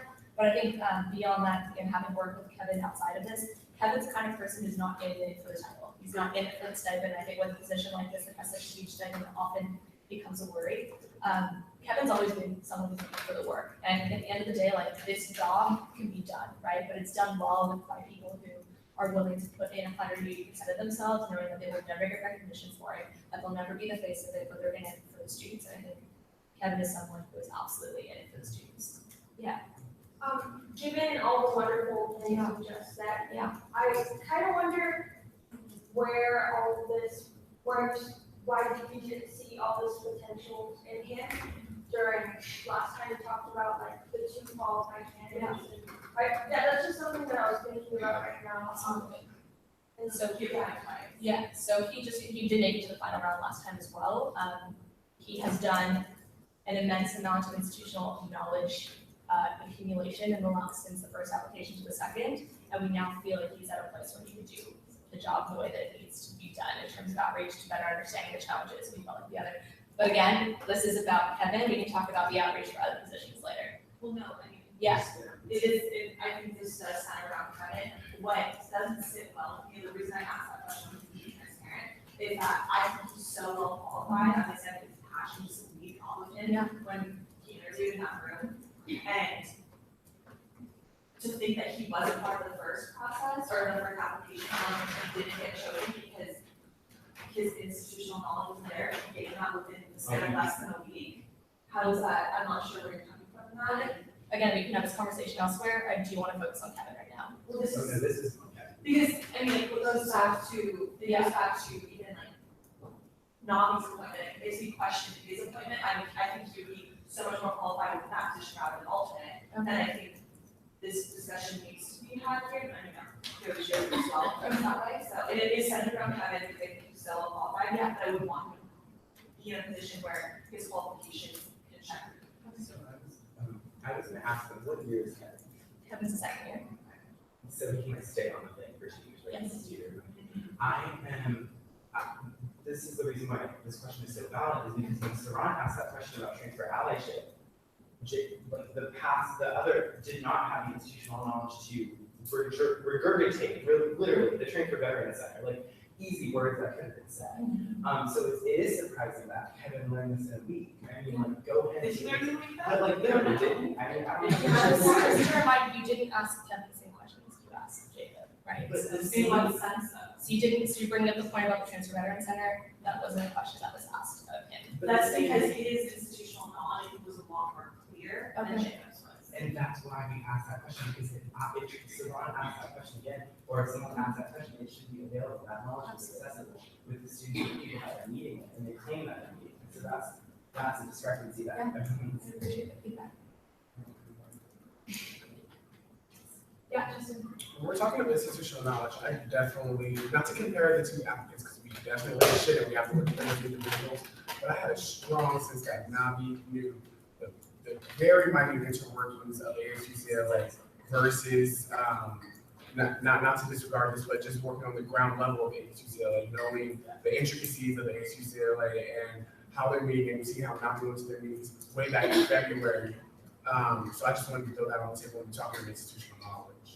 And I think that the position warrants both, it needs to be a combination of the two. And I think Navi lacks the side of being at that ground level, which you need to be at to be on this board.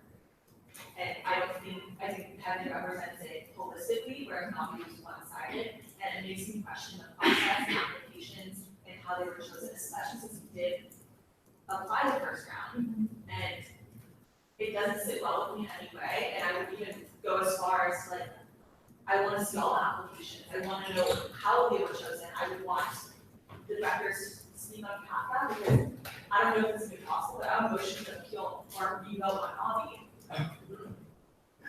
So again, this is a discussion, Kevin, yeah, go ahead. The discussion now should be on the merit or lack thereof of this applicant for this position. When it comes to appointments generally, presidential appointments are the exclusive, right of responsibility of the president's office. It is not something where there's an expectation that all applications received are shared either with ARC or with council broadly. What ARC and council get to do is to interview and vote yes or no on applicants that are brought forward. Anytime you vote a candidate down, you've seen another one comes forward. So if there are questions about that process, those conversations can be had separately. This conversation should refocus to the strengths or lack thereof of Kevin, so that it can ultimately go to a vote as to whether or not Kevin should be appointed to this particular position. They're fair conversations, but if we can refocus out of respect for Kevin, get to the point where you're ready to have a vote, and then you can come back and old business if need be to a conversation of the process. And just something to Dr. Kelly's point, that's some of the balance of power that is what's represented at the table. President brings forward appointments, doesn't vote, right? So the president never votes at the table. So there's a balance that's sort of intended in your constitution. And this is part of what we see. Yeah, Lloyd. I had a question about the way that you really balance, like, the fact that, again, she can't vote, but she still has an opportunity to vouch and, like, comment on everything that goes on. Is that really a balance? I would assume that it is, yes. I was just gonna ask, so as a member who's gonna vote and essentially apply my name to a vote for someone, what I don't understand about the logistics of the process and that we're just being presented one person is that how can I vote on one person out of You are not looking for the best possible person out of all the students at UCLA. You are here to determine if the person put in front of you can be successful. There may be more qualified people that have not applied. There may be what you would consider more qualified people that have applied, but that the appointments directors didn't select to move forward. That aside, the role of ARC and then of council is to determine if individuals that come forward can be successful. So you're not always looking for the best possible person, but someone who's committed to put in all the effort that goes to it, attending all the meetings, doing all of the work outside of meetings, has a commitment and a passion and an understanding of what that particular committee does. If you can reach that point, then you would lean towards, yes, this person can be successful. If you have reason to believe the person isn't able to commit the time and energy, or direct passion, or the understanding of what the role entails, you would lean towards saying, no, this person can't be successful in this position. And if you have a conflict of interest, you would abstain from voting in that particular case. So just before because this is something that has been brought up a lot on the council table, we would not be able to see applications we set. We do have a constitutional review committee, and we should meet soon. I'm not sure who's on the committee yet, but we should talk about, one of the people. We should talk about looking into making sure that if we do want to see those applications, and that ARC should have access to those, so that moving forward, you would be able to change the constitution to make sure that ARC does have that access. And so we can all rest easy that whoever is chosen from the president's office and things like that, with that appointment, but also they have access to the other appointments or the other Is this appointments. something that's like explicitly like stated in the guidelines, or is this just like something that's been like passed? So that's just, this is just something that I'm trying to spitball, if that's something that. No, I'm talking about like this Guys, specific. I'm really sorry, I do think this is an important conversation to have. It's 8:32 on Tuesday of finals week. We have candidates here who've been sitting here for an hour and a half as well. Can we continue this conversation at another time? It's an important conversation to have. We have a few other appointments that need to be made for all students as well. A student leader, student comes first. We have finals. We're going to be meeting very soon as well. It's an important conversation to have. We should absolutely have it. I'm just wondering if this is the right time. Is it okay? Can we postpone this conversation to another We can time? move it to the end of our council meeting and just approve the students that are here wasting, or not wasting Okay, time. sure. Let's do that then. Please, I didn't have it to, Thank you, Netta. Okay, all in favor? 1, 2, 3, 4, 5, 6, 7, 8, 9, 10, 11. Seeing as all councilors voted for, really congratulations.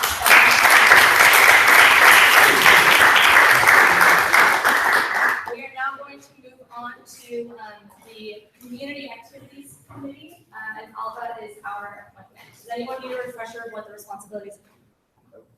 Oh, no, so that was not on the version of the agenda that I received on Google Drive. So we're going to strike the campus program committee appointment from the agenda. It wasn't already stricken on the version that you received. So we're moving to CAC, and all that is our appointment. You're gonna have 1 minute to do your introduction. I'll take the gavel down to the table, we have 10 seconds left, and we'll then move into 5-minute Q&A. So whenever you're ready. Well, hello everybody, my name is Ana Estrada. I am a little sick, so if you need to speak up, please let me know. I believe I'm qualified for CAC because of my experience in community service. I've participated in a lot of community service projects. I'm currently a project director in Project Lines, which is an elementary school volunteer project where I'm a tutor. And then I did just finish my tenure in the Community Programs Office, the Student Association, and the Social Justice Office representative, to really my name. And then I advised and helped complete the CAC funding for a lot of those projects, as well as some of my own projects. I've completed several CACs. If you have any questions for me, I'm more than happy to answer them. We're now going to move into the 5-minute question and answer period. So, any questions for Alba? Yeah, Justin. Since you'll be sitting on CAC that funds on service projects, we're going to housing CEO. We should be working since half of the things in the end. How would you go about recognizing your personal bias, and looking at funding for those different, community outreach programs? Definitely, I think the vibes that you might be inclined, or the one that seems natural, would be because I've been in the space, I am more knowledgeable about it. But then that's why it's really important that it's a committee, so there's a lot of collaboration within it. So then that's when I would actually talk to the CSC commissioner, or actually just really establish a line of communication. And apart from that, I've said this before, but thankfully we live in the age of the internet. So all these projects, it used to be a matter of searching them up, or just saying like, hello, my name's Al, please do more about your project. Yeah, so it'd just be a matter of communication. What do you think is currently the weakest part of the application or the part that needs improvement, and how would you change that? So the first time I completed my CAC application, there was really no transition within the leadership of my project. So more or less, it was just myself and my partner. So I think there is that facet where you are overwhelmed because it is around a 20-page proposal. But many times what I've told some of the project directors is that if you break it down, that frustration kind of eases, especially, for example, statement of need, that's a research paper. Where college students present those, or a budget. There's a lot of resources, whether it be alumni or fellow project directors that have already completed that. So I think the biggest challenge is not becoming overwhelmed with it, because it's definitely possible because it's been completed. Yes. Just a quick question for quick clarity. So have you held this position before, or you were a part of the project? Because I think I was confused in the interview. I wasn't sure if you were saying that you had held this position before, or if you were involved in a project or completing or creating that 20-page proposal. So I'm not sure which position you're referring to. This is the one you're applying to now. Oh, okay, so I have not been on the CAC. What I have been is a project director within Projecting Minds, the elementary school volunteering project, and then also as a representative within the symposium, so along me, and I said. So those are the two leadership positions that I previously have had. Yeah, I just wanted to follow up because of your verification application being too long. Can you talk about how your role as a student representative on this board would improve upon that? So like I mentioned before, communication is key. So one of the things that I have really noticed apart from it being a large proposal is that a lot of students that complete the fundings in the summer, complete the deadlines in the summer, but the summer usually is used for internships or creating that income to pay for the following year for many students. So something that I would suggest in the long run, and I will try my best to work within the department that I am in now, and also within the other community service departments, to create workshops within the spring. Although that would be difficult for the students, I feel that it's much more difficult to complete it when you're not there. So then that's definitely something that I look forward to working on. Any other questions for Anna? Yeah, what do you think are the most important aspects or deal breakers for you when it comes to making funding decisions between two very similar organizations? Yeah, so a question that came up in the previous steps of this was the difference between equity and then equality. I think a lot of the time a proposal potentially might not be representative of the need that the project has or the social justice issue they're combating. So again, going back to those workshops, making sure that whatever proposal they do have, it is representative of that need. So I think that quality of that proposal, on that hearing, and really taking into consideration whatever political climate it is that that project is combating. I think those are definitely important facets in taking into consideration of the application.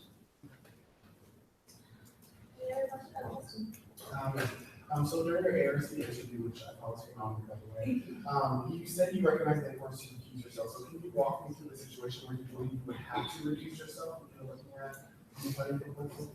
Yes, definitely.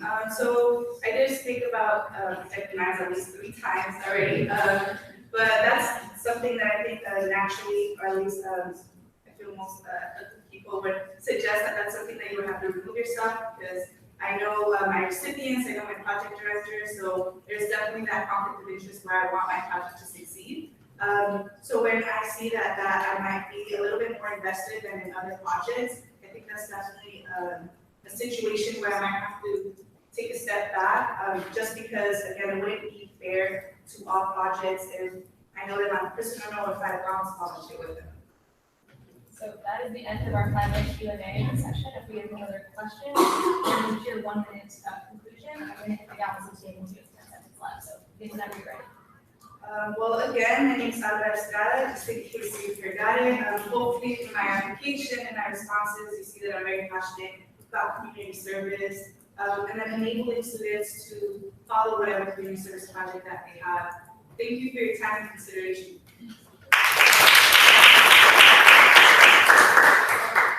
Although at this point, you have the opportunity to step out, we're going to go into deliberations, and I'm welcome to stay there and more comfortable with.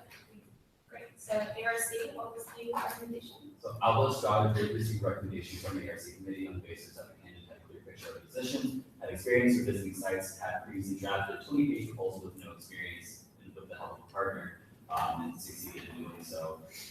Gained experience and learned the ropes of that. This candidate said that they figured out the ropes and did well. I'm basically saying the same thing, sorry, it's messed up.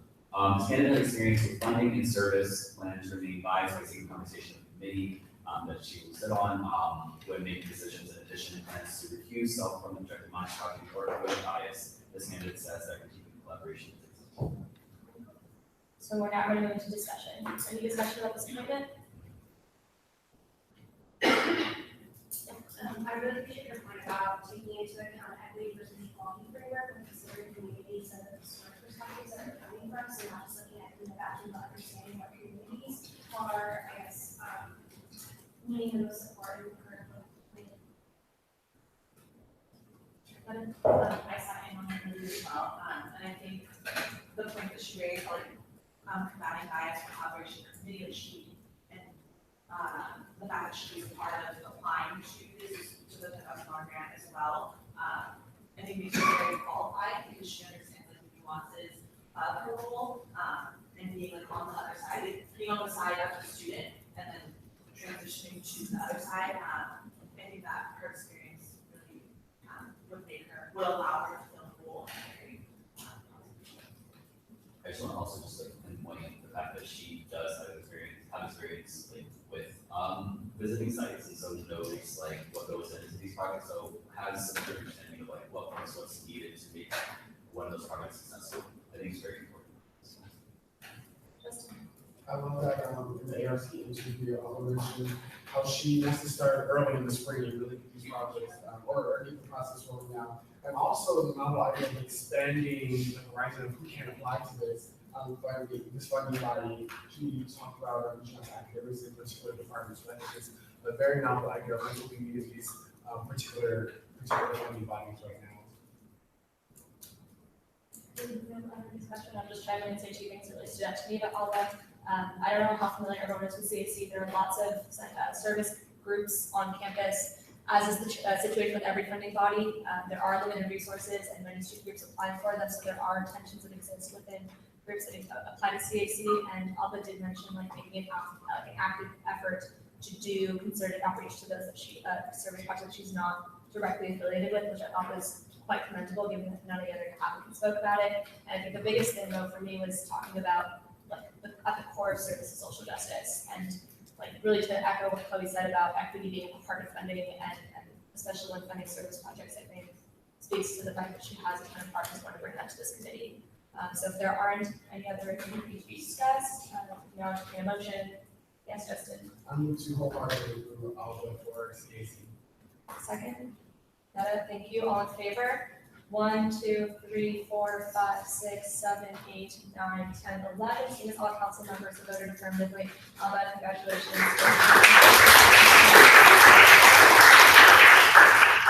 Next, we're going to move into our appointment to the Student Initiated Outreach Committee. Adrian, the previous president, does anyone need a refresher on what SIOC does? Cool. In that case, you'll have 1 minute to do your opening. 10 seconds. We'll run figure out the balance to the table. Wrap up whenever you're ready. But please begin. Hi everyone, my name is Adrian Jones. I'm a third-year psychobiology student here at UCLA, and I'm interested in running for SIOC undergraduate representative. For the past few years, I've had extensive experience working with space, which is one of the SIOC projects. And something that I learned, especially within the last year, is that the problems that my community faces is it's not specific just to the Filipino community. It's specific to like all the communities that we service. And I really want to use this role to create change in our community at an administrative level. And I understand that the SIOC is student initiated, and as undergraduate representative, I will fully advocate not only for the needs of our students at our sites, but also the needs of our project staff who spend so much time I'm going to site like certain things. So we're now going to move into the final question and answer period, beginning now. Are there any questions for Adrian? Ms. Robin? Oh, sorry. The change on the grader level that you just mentioned, what specifically is that change on the grader level? What is that level? Yeah, so when we're talking about student averaging, we're talking about SIC, our main goal is to get students from these communities into higher education. And to do that, especially within this role, we have to develop projects who are well equipped and well knowledgeable to facilitate that empowerment of these students. So as my role as SIC undergraduate president, I would want to ensure that USAC, like I believe, like the liaison between USAC and the projects, and making sure that USAC be able to like give the knowledge and the services the projects can utilize to fully serve the students. So I think it's more of a top down. So the students are at the bottom, and then like the SIC is at the very top, and we want to try to kind of facilitate that environment at each one. Just a quick follow-up. Sure. What collaboration are you looking from USAC and particularly SIC? Yeah, so I think as my role, and one of the challenges last year with the SIC appointment is that there was not that much transparency between what was going on in the USAC space and what was going on in the SIC space. So I think something like doing a bridge that is to one, be transparent to what's going on in these meetings, and two, I think what's really important that something specific that could really benefit these projects is like data of our students, who have applied to higher education. So it's data of students who have been able to get in, data of students who have been able to get in, and kind of using that, giving that to the project so they can analyze trends at a much greater level. Any other questions for Adrian? Yeah. One of the concerns I was brought up last week was that there are some community members that feel like SNC isn't always a safe space for them. So what would you do as a community member to kind of make sure that's split, that make that a safe space, and to make sure that all communities feel like their voices are heard? Yeah, so something I really hold dearly to me is transparency and communication. And I know there's been a lot of tension, especially within the CPO and the SIC space between like different communities and countries. It's been very heated in the past, and using my role, I think it's important to kind of bridge our communities together. And by doing that, I think something specific that I would do is to reach out to like each of the projects, each of the communities, and ask their projects or ask their whether it's like if their communities or other projects experiencing any problems or if there's any issues that we could bring to the table. I think just kind of really welcoming the different perspectives and diversity and bringing the communities together. I do not want SIC to be like a space where everyone's just competing for funds. I want projects to work together because if we work together, we can facilitate really more persons. How can the SIC committee improve the resources and funding for access projects, including sites, volunteers, and things? Oh, sorry, did you hear me?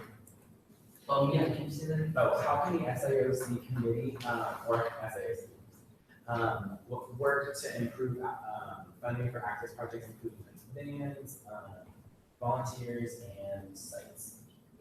So speaking on behalf of my experience, I was an admin member for Space last year, and I had to go through the whole process of applying for creating a budget proposal and presenting it to the SIC. And on my side, I felt like we didn't really have as much guidance from the SIC in terms of like what they were looking for. So in terms of kind of being efficient with our budget and like hearing the needs of everyone, it just goes to what I was saying earlier, meeting with over the summer, meeting with each of the projects individually and seeing like what their goals are for the year and like how we can effectively like cater our budget to each.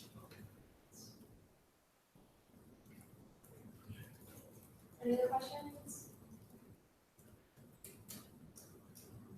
Seeing none, that's the conclusion of the Q&A section of the interview. Your next one is to a closing now, and right now we have 10 seconds left. Whenever you're ready.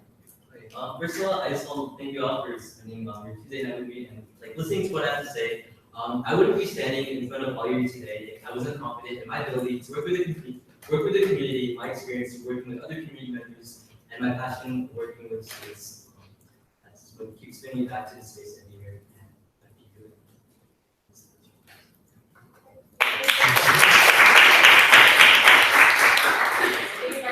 Deliberation portion, you're welcome to stay in the room, you can step out, whatever you want. Great. So, ERC? Adrian did receive recommendation from our committee on the basis of candidate and what position entailed. This candidate had experience with visiting sites and communities at Belmont High School through the Sama Latinos program space, In their third year, or I may have used it, it's an SIOC program. SIOC. Corrected, SIOC program space. In their third year being part of space, this candidate became an active coordinator. This candidate has experience dealing with administration, is familiar with the budgeting process, proposal writing, knows the quarterly objectives, and sees this as an opportunity to serve communities outside of his own on a greater scale. Initially, this he seeks to stress the importance of the staff and the work they do, and finds passion in assisting students in about their education. So, that's among the many reasons why we chose students. I'm gonna open up the table to discussion. Yes. I'll just reiterate the point that, Lily said in the ARC interview, I love that you're willing to expand outside the Philippines community and really start looking at how we can uplift and elevate other communities that are underrepresented, so. Great.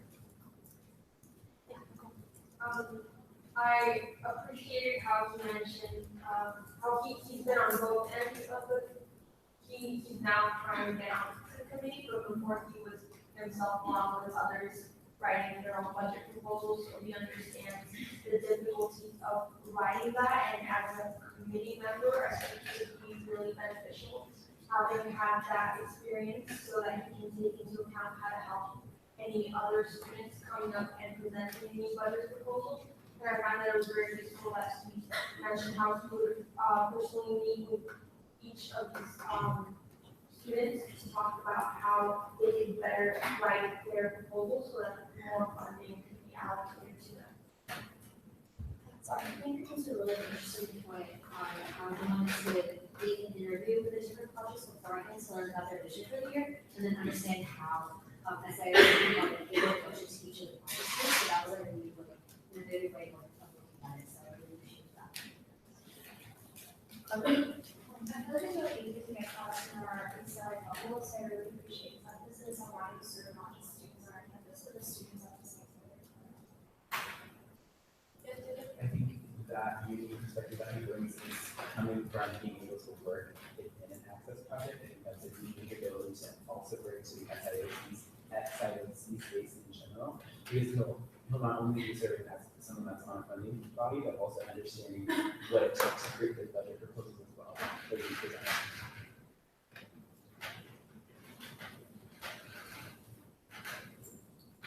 If there's no other discussion, I'll just emphasize the few points that the equipment director wanted to stress as well. His emphasis on fair funding. He tackled the tensions that exist within funding, especially within the SIOC space head-on in his application, which I thought was very commendable. And he wanted to mitigate those tensions by prioritizing the work, and I think everyone mentioned this, but communicating with the projects beyond just the application process, which I think is quite commendable as well, and through like the data collection, as you mentioned. So that's why we thought he was best to do that.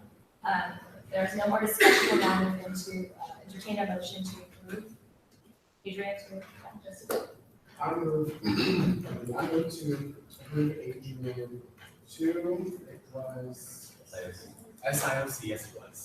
Great, second, Zara, thank you. All in favor?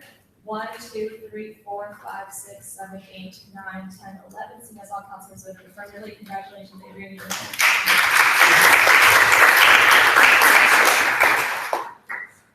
Great. We are now going to move to the appointment of Bailey to the UC Student Association through the office. So I'll let Chloe sort of take the lead at this point.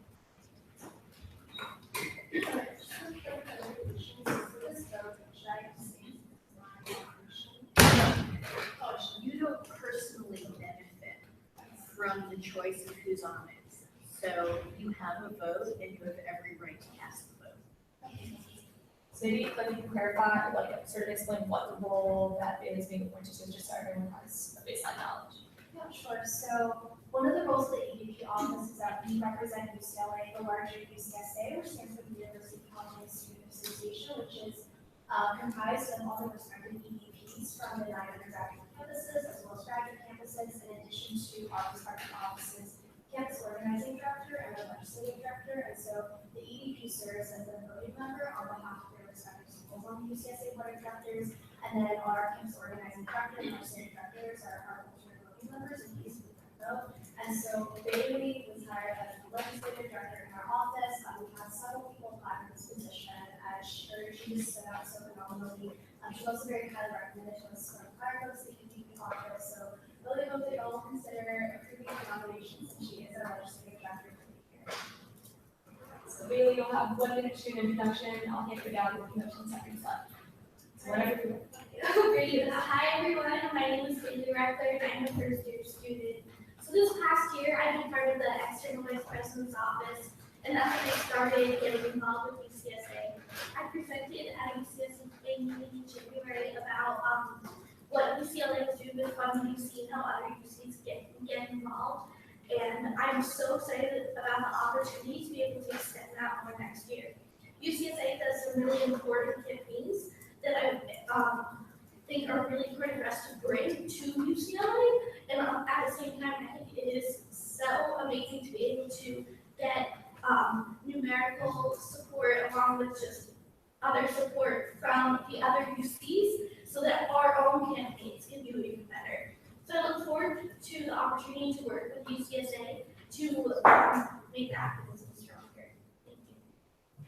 Thanks, Bailey. Now we're going to go into the 5-minute question and answer period. Beginning now. Does anybody have any questions for Bailey?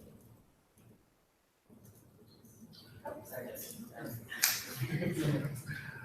What's the one largest issue, if you had to just narrow it down to one, that you would want to bring forward at UCSA, the entire UC right now? So affordability is what I'm passionate about. Like I mentioned, I already worked on the Funding UC project, which is a campaign of UCSA. I am so passionate about affordability because I believe that if we can't afford to be here, then all other issues, if we're not here, then nothing else matters. We really need to focus on affordability.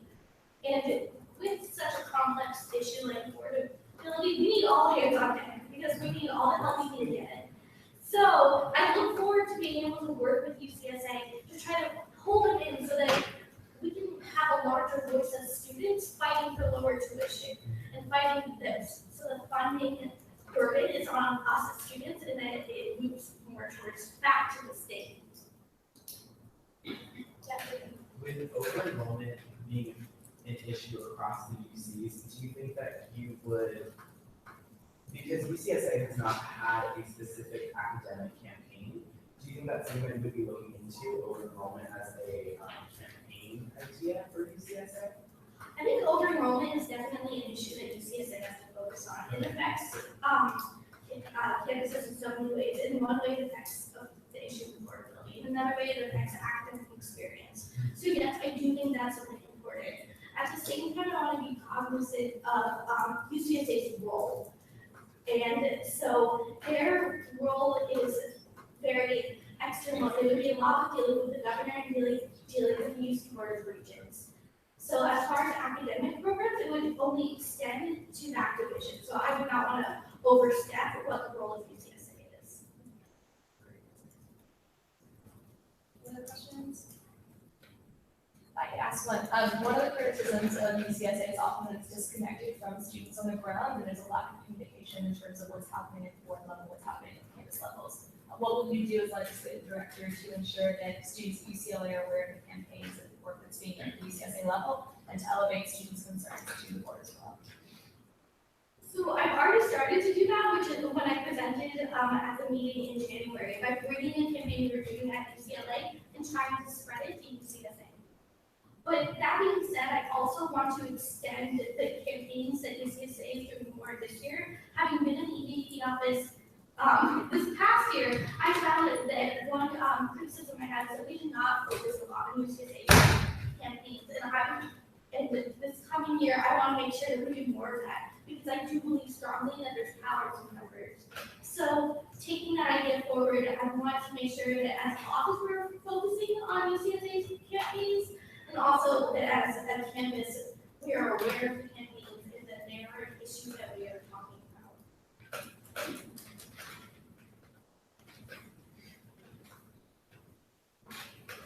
I got some more questions as well. This is coming from personal experience. During the Students of Color Conference 2 years ago, I and a friend were personally discriminated against students from Jewish identities within the UCSA space, and UCSA did not deal with the situation appropriately. This isn't the first time in which a community has been discriminated against within a UCSA space. Can you tell us about a time in which you were approached about a problem and had to step up and within a board space to speak. I'm kind of hesitant to use rhetoric here, but like truth to power to ensure that student voices are heard, even when it's uncomfortable to express it. Yeah, so, I haven't had the chance to much on a college level, mostly because, just got here, the whole freshman thing. But that being said, in high school, a lot of what I was an editor in the newspaper, and I used the opportunity to write a lot of op-eds that was, talking, one of the op-eds and, news pieces. One of the articles I wrote about was about the lack of diversity in my high school and how that's a problem. So that's just to say, I'm not afraid to speak up. I think that it's important to speak up. I think my own voice and the voice of students is extremely important. And I, like everyone, public speaking and speaking up is challenging, but I do not think that will be a barrier for me. I'm not afraid of making my voice heard. Any other questions? You did last one. Just on what Ariel talked about, can you discuss how you feel about what you do in regards to getting a pockets at students of color conference and the barriers that does entail? Yes, so the students of color process, there's an application process, and I think that much like with appointments getting the application out there is the first step and the biggest step. So that's something that I hope to work on with the campus organizing director and in the office to make sure that as an office, we are making sure that we are advertising correctly. That's the first thing, because if people don't know about the conference, you're not going to get enough people going there. We want to make sure we're getting out on the USAC level and making sure it's a good representation of the UCLA students. So that's the end of our Q&A period. If there are no other questions, Kaylee, we're going to move into your closing remarks. So 1 minute on the gavel. And I just want to thank you all for listening to me. I am very, very passionate about activism, about students' issues, especially about affordability. Talk to me about poverty reform.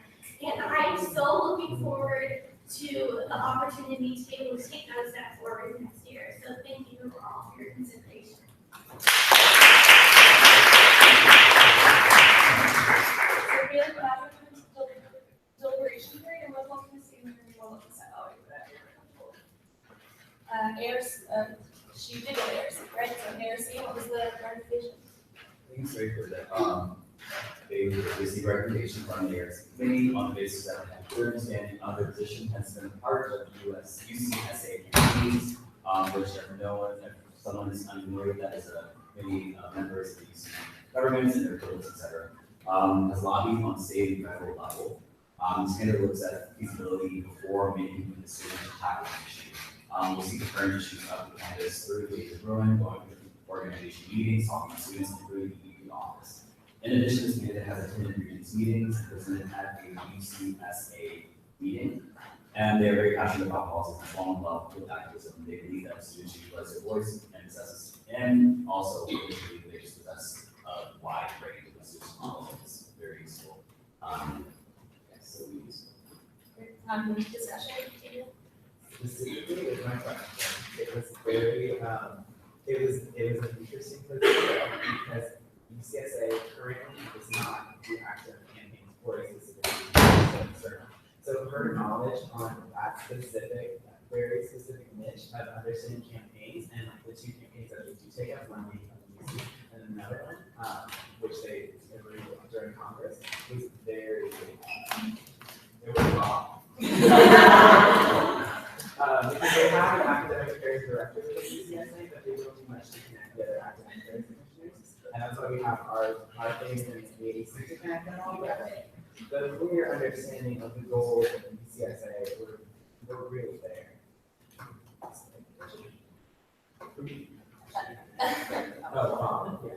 Any other discussion of Haley's points? Yeah, I guess I'll just throw that out. I mean, obviously, we trusted her in the office because she is such a phenomenal candidate. And I think, to me, this is a pretty big deal for any first year to step into. I think with her prior experience of having worked in the ED office, but then understanding the balance of, I think, pragmatic progressivism is something that's very difficult to know, especially not a student. I think that was something that really stood out to us. And I think that's something we need to understand as a potential voting member and UCSA board of directors. So definitely, that's for her. Yeah, she also mentioned that like her role this year was just simply a fellow, and the fact that she like accomplished so much, and she like basically talked about how like her role didn't limit her to what she could do. I think speaks so much about her and her personality and her drive.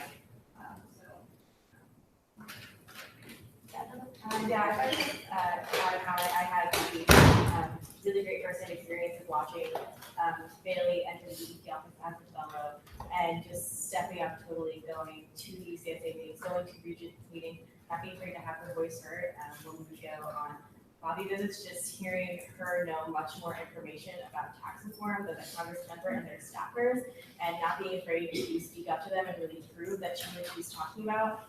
I believe that that's something that our campus representative needs at UCSA, is that strong voice in that space that Bailey has the knowledge to do. If I could chime as well, I would be remiss if I didn't speak highly of Bailey, having worked with her this past year. Bailey, like when I think about Bailey, I think about the word initiative. She never shied away from taking one, and she applied to be a student advocate to the Regents before we even announced the application at Dallas meeting, because she like was so well aware of her capacity to do good, and there was no one issue that Bailey wasn't like adequately worked, even if it wasn't the issue she was working on intimately with the office. She was the first person to volunteer when anything came up.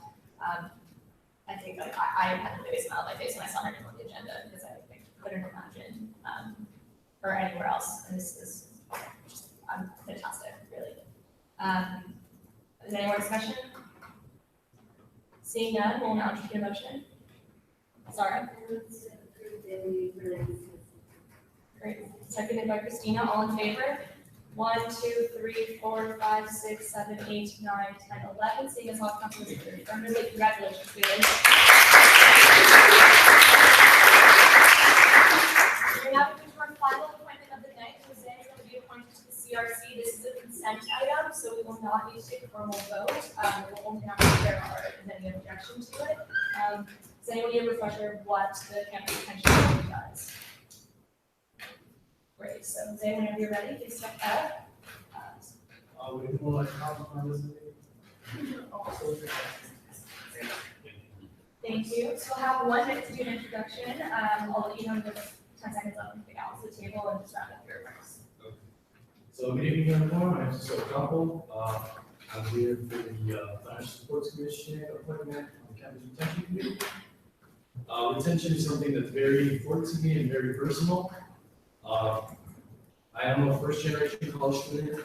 My parents are basically immigrants, first generation in the United States as well. So, I struggled on my path to get to college and even in college. So I ended up getting dismissed. So I went through that, that struggle of having to go to an academic counselor and tell you you're not a student anymore.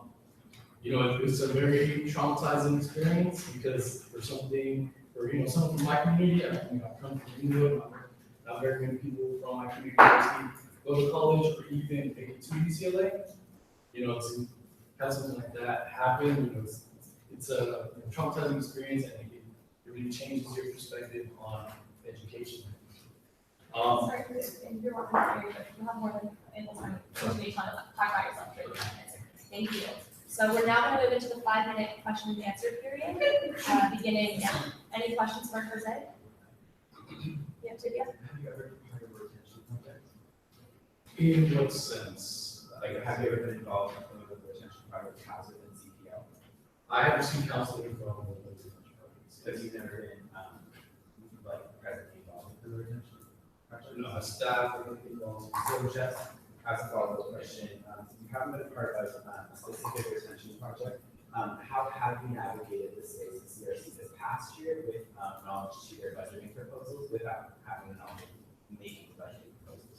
So I think we so since you haven't been a part of the retention projects on campus specifically, how have you navigated the CRC space this past year? Being that you haven't helped to make the budget proposals within the projects. Yeah, so I think it was something that I definitely learned while in the on the committee. Whenever I had questions, I would go to other community members who have been, involved in the projects, or go to the advisor to answer any questions that they have. Justin? What perspective are you looking to bring to CRC with being Yeah, so definitely, I think, I hope to be the voice of students who have gone through that process of being dismissed. Because I think sometimes there is a disconnect between, the counselors and the counselees and the students who have gone through that process. So the perspective I want to bring is, to kind of bridge that gap, show my perspective on like what students are actually going through and what in terms of like the institution, what would navigate that as a dismissed student, what does that look like, and how can we address those issues. So being that you were on the board, the committee last year, what would you do specifically differently than you did last year? Because usually what we see with people that are entering the space all over again, they have a very set mindset of the way that the space operates. So if you can just touch on some things that you want to see differently, things that you want to do differently. Yeah, definitely. That's a good question. So this past year, my subcommittee was the Economic Crisis Response Team at Food Closet, Studio Food Closet. So, working with that subcommittee, I definitely saw the need for services like this, which is why I'm actually going through the Financial Supports Commission appointment instead of reapplying for the Academic Affairs Commission, because I saw that financial need is a big issue that affects students who are dismissed. So, in terms of like the economic crisis response team, we provide meal vouchers, 5 meal vouchers for any student who comes and asks for them, 5 meal vouchers per quarter. And if you need more, if there's a greater need for you personally, then there is an application where you can take it to the financial aid office. It goes through approval to that, and then we supplement that. Also, through the food closet, I don't know if you all are familiar with it. We provide free food for all students on campus. We don't track every student, so we try to fight that stigma. And I think, with support of the campus retention committee, it has grown. If you've all seen it in the past couple of years, it has grown and has served more students. There's a greater need for it. And I think as well, what I hope to bring also with the support of the Financial Supports Commission is that currently the Economic Crisis Response Team, what they do is provide small loans for students who demonstrate the financial need. So I was hoping to possibly work to change that policy and hopefully increase that loan, because as of right now, it's only currently, I believe, a $500 loan. So that if you're really in financial need, that's not going to really address your issues, especially seeing how much tuition is increasing, cost of living in Westwood is increasing. That's just not really going to benefit a student much.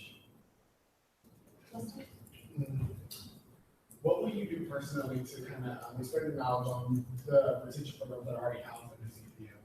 Developing application. Can you repeat the question? Sorry. And what will you do specifically to develop a better relationship and understanding of the retention programs currently out in the CPO? In relation to just within CPO, just within the retention projects in general that you're giving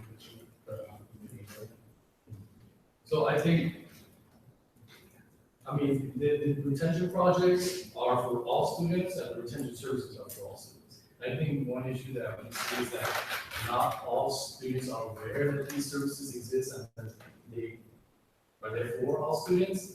Like for example, we provide free peer counseling within our projects. We also house a Right Success program, which is also open to all students.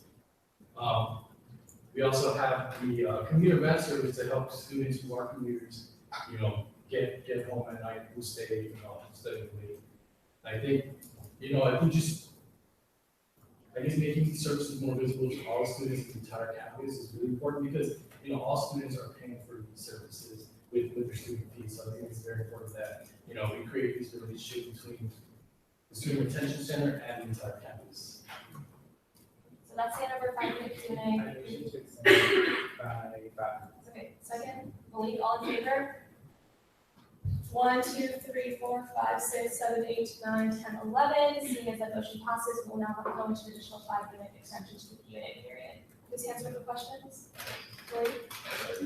Ms. Rivers? What 6 retention projects did you evaluate or? So it was the Writing Success Program. We have the Southeast Asian Campus Learning and Retention. We have Retention of American Indians Now. We have the Academic Supports Program. We also have the Mecha Calmeca, and we also have somehow Filipino Education.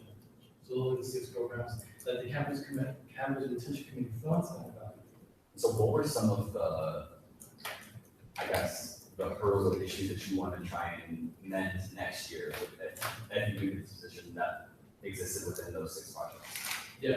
So I think as I kind of mentioned in the previous question where, these services are for all students, I think definitely creating visibility of these services because some of the projects did suffer, like not meeting their goals of how many students they wanted to meet with.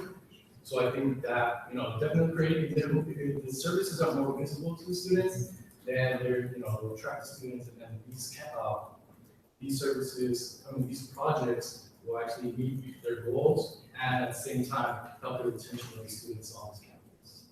So were there any like large issues that arose from those projects that you evaluated, those 6 projects? So meeting the numbers of one of them.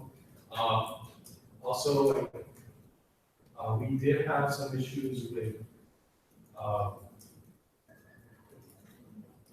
so numbers and then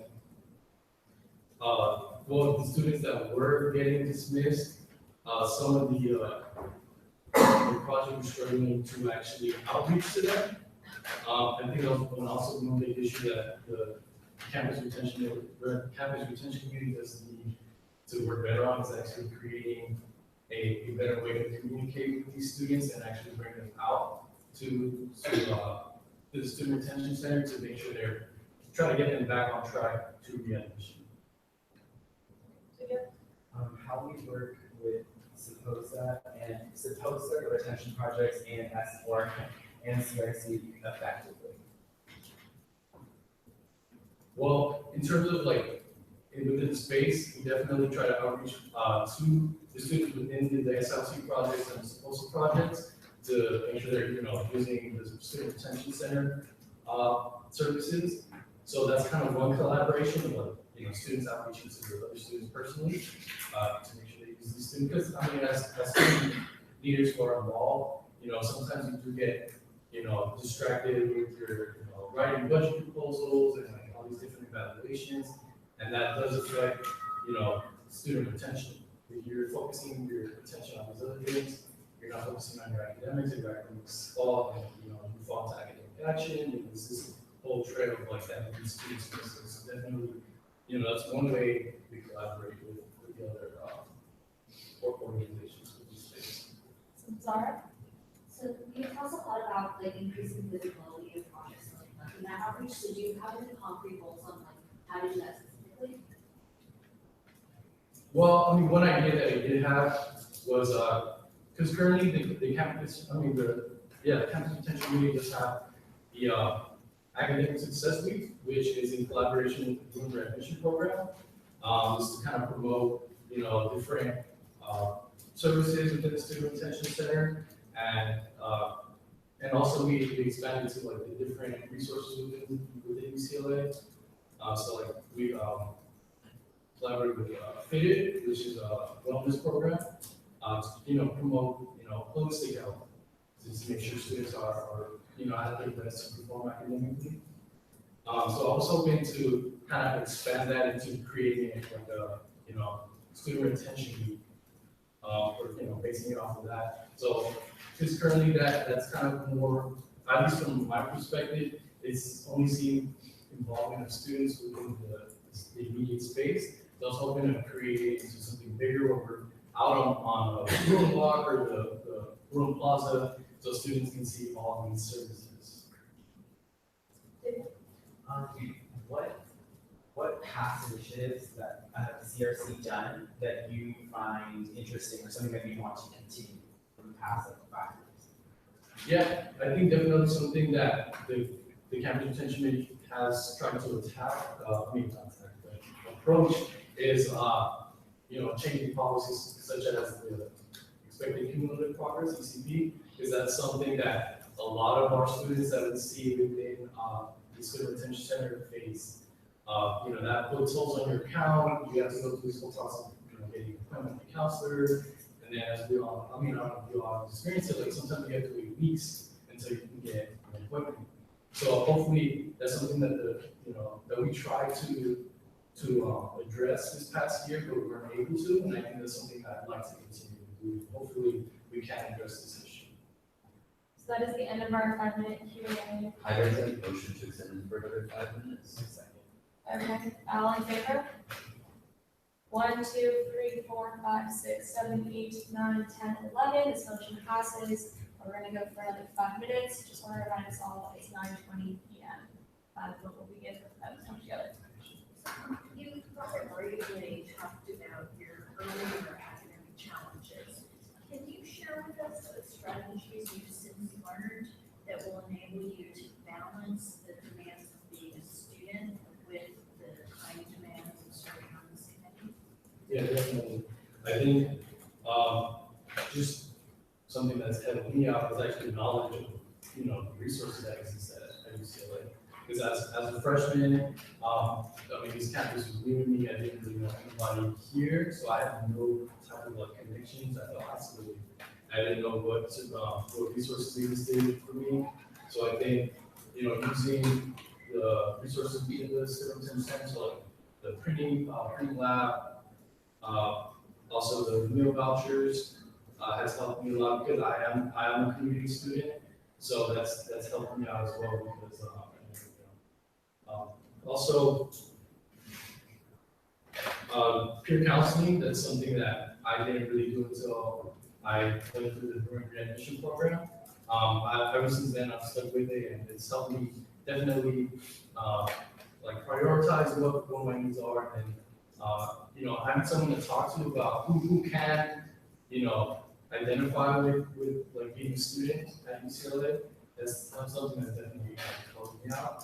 And then we regularly with an academic counselor to make sure I'm meeting all the the requirements to units and financial aid as well, just to make sure I stay above the requirements that are needed to UCLA.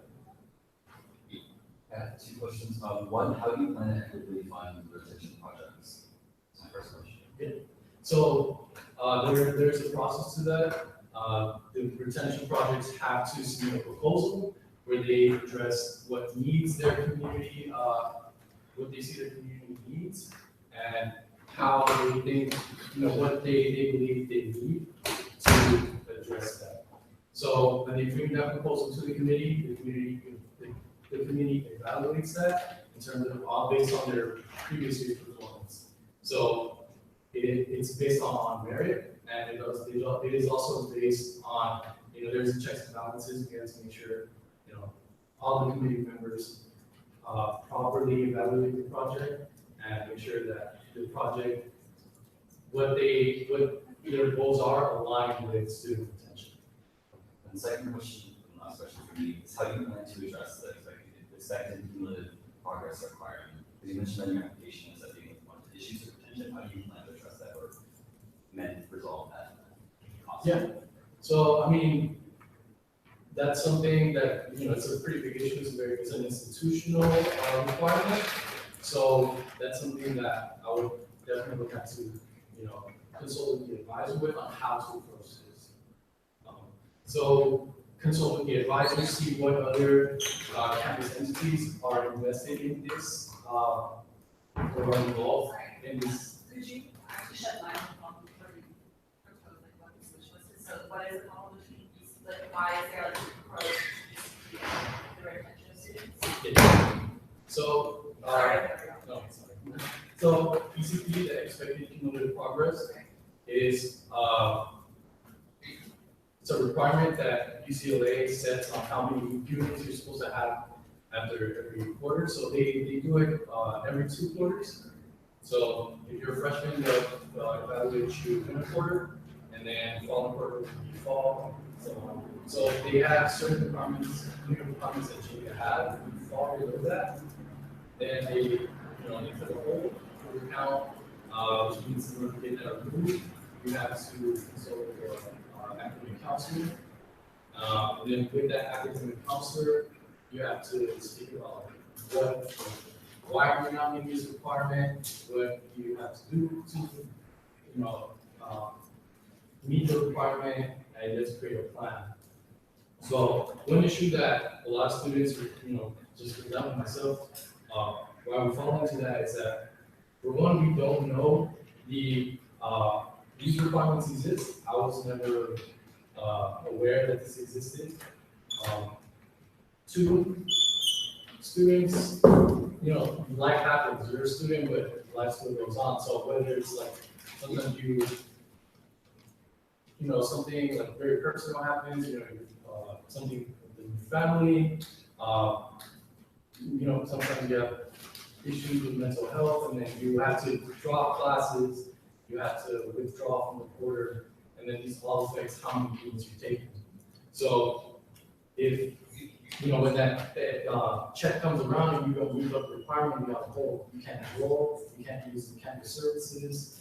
So that means you have to go to a counselor, and then that's when you set it. But so I think as a student retention center, we kind of use the services as a preventative issue. So if you are meeting with a peer counselor and you tell them like, oh, I'm facing this issue and I think I want to drop the classes, they will help you navigate the best way to do it so you don't fall under ECP, or they'll refer you to a full-time counselor so they can give you the best advice on how to approach this so you don't fall under this issue. So this is one more question clarification. Okay, like really quick. Yeah. So you won't be moving forward to try and enact some sort of like a policy or some type of change for this. I'm sorry. You won't be moving forward next year if you do receive a position to try and change this. I would like to change the policy? the ECP policy. How would you do that? So what if you never use it for? I'm sorry. ECP checks would be ever used for, essentially? Okay. Well, I would like to see hopefully that the unit change actually be reduced.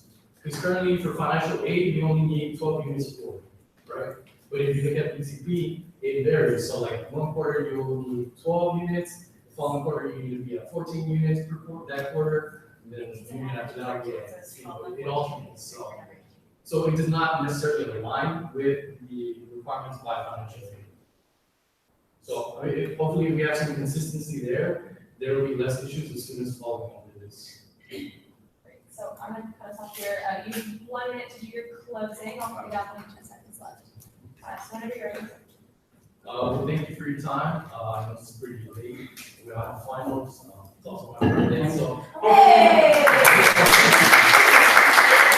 Hopefully that shows you how personal this is and that I want to be on this committee again, because I think I bring a different perspective that other members on the committee might not have, which is the individual experience of what it's like to be a business student and having to leave UCLA, work to get back in, and then navigate the university to the different institutional barriers that actually exist to get back in. Also, my experience on this committee, I think we can help alleviate any questions from the other committee members. I can serve as kind of a guide, along with the advisor to the committee to kind of see where the direction the committee wants to go.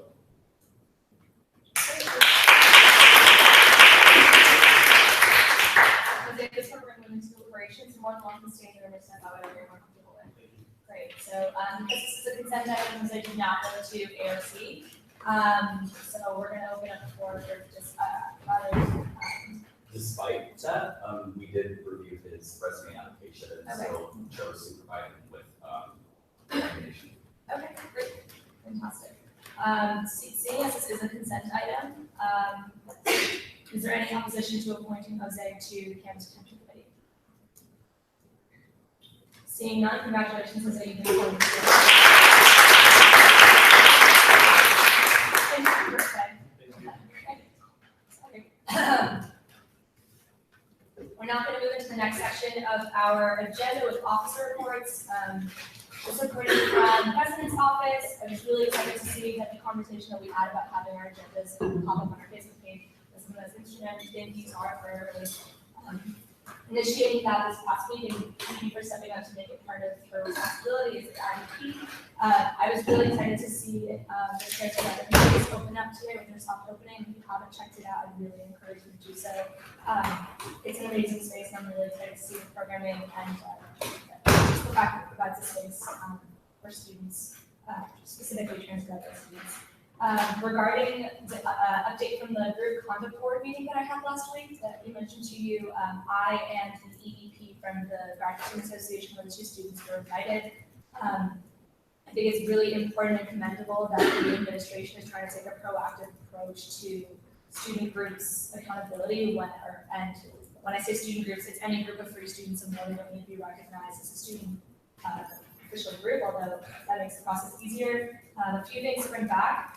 The creation of this board will not in any way infringe upon the jurisdiction or autonomy or existence of other judicial conduct review boards, such as the judicial board, or this is just an example that came up during the meeting, like Greek Life has its own judicial process as well. This is more so to serve as a space for groups that don't have that direct judicial space that they can report to or be held accountable by.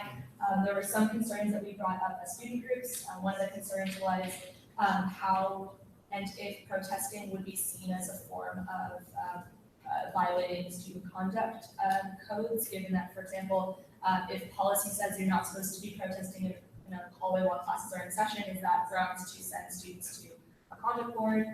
There are concerns about, there are the administration making great efforts to have transparency in documenting these incidents as they happen. There were concerns that were expressed about this list being seen as some sort of blacklist, and that could be used as a retaliation method between student groups.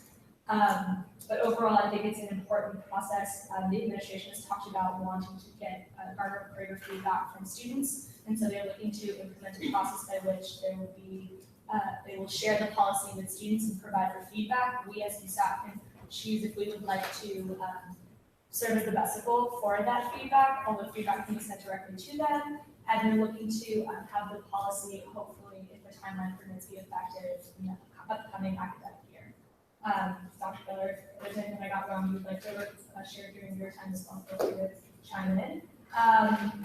Just in terms of the initiatives of the office, we've received very positive feedback in terms of Red Tiger Rooms from the Alumni Association, the Career Center, and Student Affairs.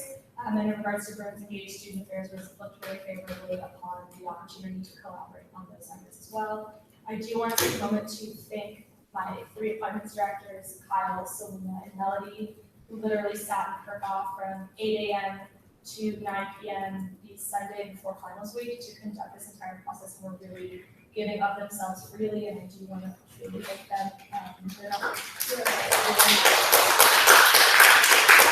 This is a demanding process, as I'm sure you all know, something that we are looking to do in the future to ensure that we have ample time for applications is create a guidelines process that can be passed along and can be held consistent for all offices that do appointments, and create some sort of application template that offices are beholden to, but that we can use in developing their own applications and guidelines, and really updating the descriptions, the term limits, and such. So looking forward to that being one of the initiatives we get to work on once the appointments are all done. But that's it from me. We're now going to move on to IPP. So the summer meeting schedule is all set, and we will follow that. For the old business part, we vote on that will just announce it. And just to make sure that you guys all know that if you're here, including Skyping or like physically here in this room, more than 6 times in summer, then you will still get paid. Also, my office will work on the template, and I will ask like all of you guys like information about your own office. I try to contact the orientation staff, the person who's responsible for the student orientation, Miss Neil, which you never get. I have a Okay, if she doesn't allow it for some reason, we can still use it for anyone who's like to do their, in fall of 0. And I would like to finish that like before summer session ends. We're now going to TDP. So Vivi and I met with the USAC folks, I think, last week. So they were the ones, as a freshman, came to talk about that online platform, that's especially recently version of change.org, since they're going to be finishing the development of that fall quarter. They're working to institute the plaza under either of our offices. So one of the things that we're working on is kind of a lobbying advocacy one-on-one pamphlets or the resource guide on it incorporated into that website.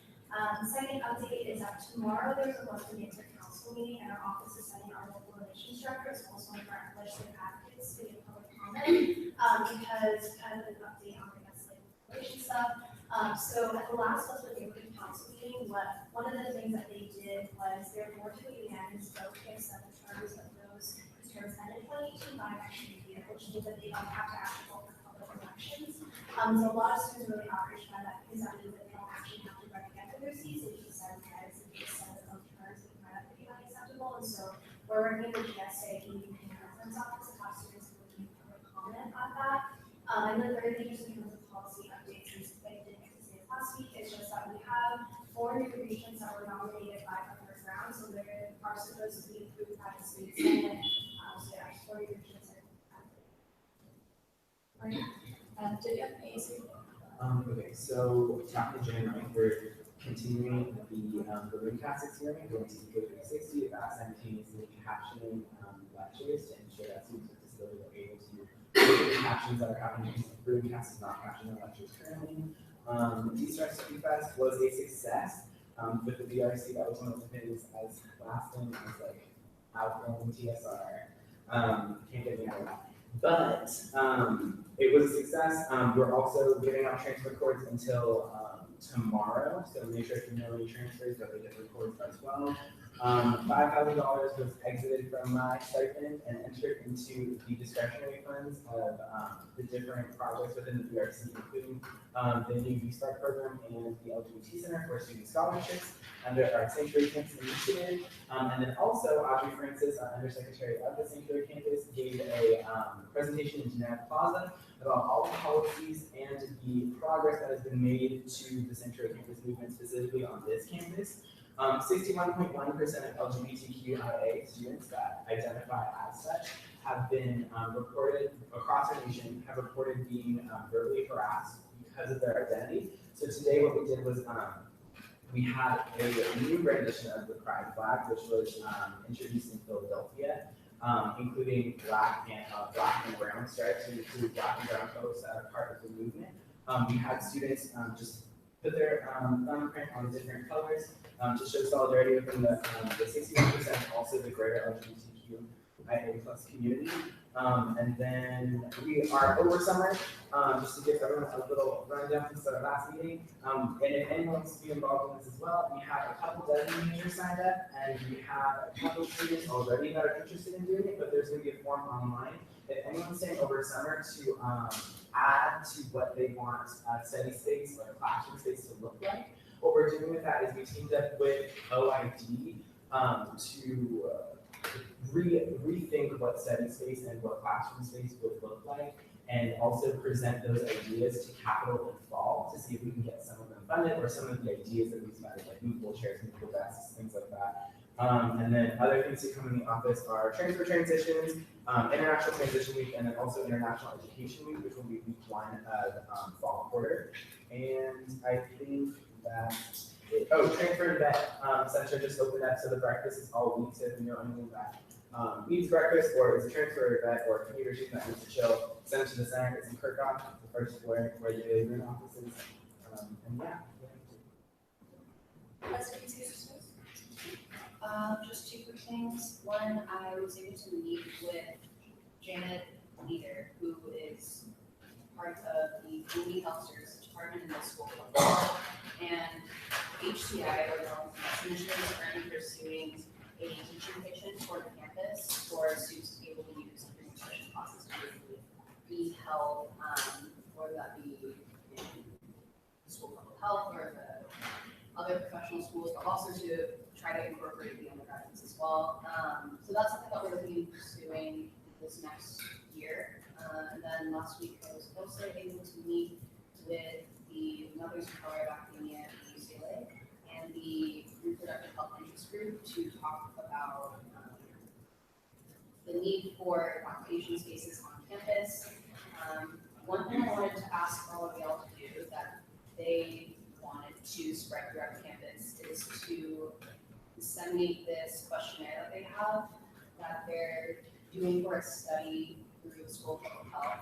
It's called the Creating Space Needs Assessment Questionnaire. It's for students who have lactated or been pregnant during your time at UCLA, sort of garner urge just to assess where their needs are. So I will email that to you in a little bit, but you can just send that to all of your members, get that to your graduate students, since they are graduate students and they have that area. Thank you. Moving to facilities. Oh, yeah, so, sorry, I thought that was on the agenda, but for facilities specifically, what we have been working on is, I mentioned this at the council meeting last week, but we met with Kirkland and Lorraine, who Office of Emergency OEM, in order to talk about different events for outreach next year in terms of campus safety events, specifically for active shooters, as well as fire safety, as well as earthquake safety.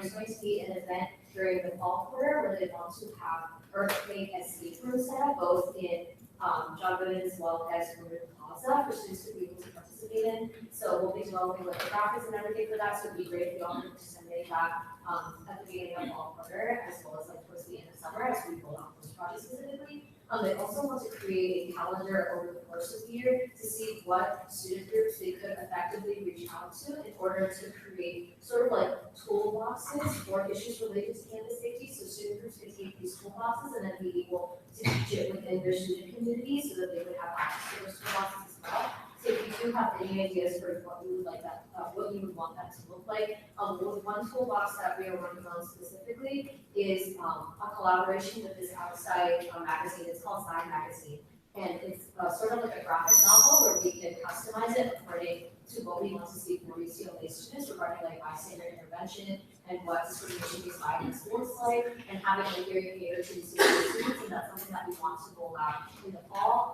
for new student orientation, like welcome to Room Life events, and then that's something that can be disseminated throughout the year. So sort of like those sorts of like items and toolboxes that we could be disseminating over.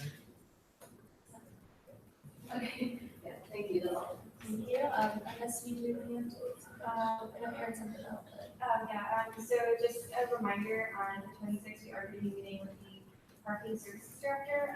There is a forum on the Facebook page, which obviously is not the only way we want to have this year. We want to make sure that if you all could send it to your networks, since this is talking about commuter student issues, a lot of these concerns are not often talked about, so we want to make sure that we are doing an outreach so that when we have this first meeting, that we are like bringing up these concerns and wanting.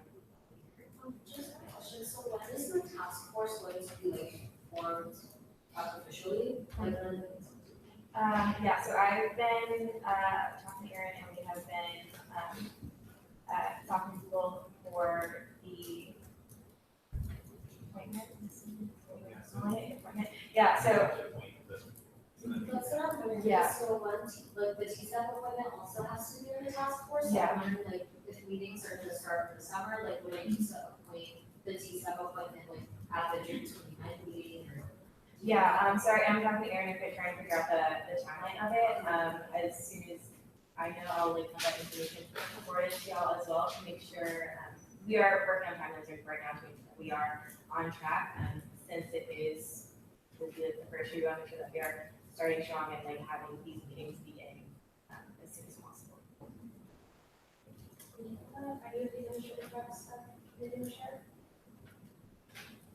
So, I've got a few things to share. There is a meeting that's being put on, interestingly, by the neighborhood councils. It's going to be June 26th at 6 in the evening. I'll send around the information if anyone's interested.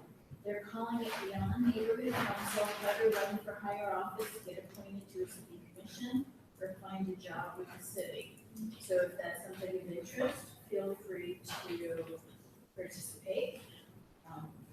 On a related note, I shared the frustration with what the neighborhood council is doing when I previously served on neighborhood council. I was elected for a 2-year term, and at the end of the 2 years, they canceled elections and announced that we'd be serving indefinitely.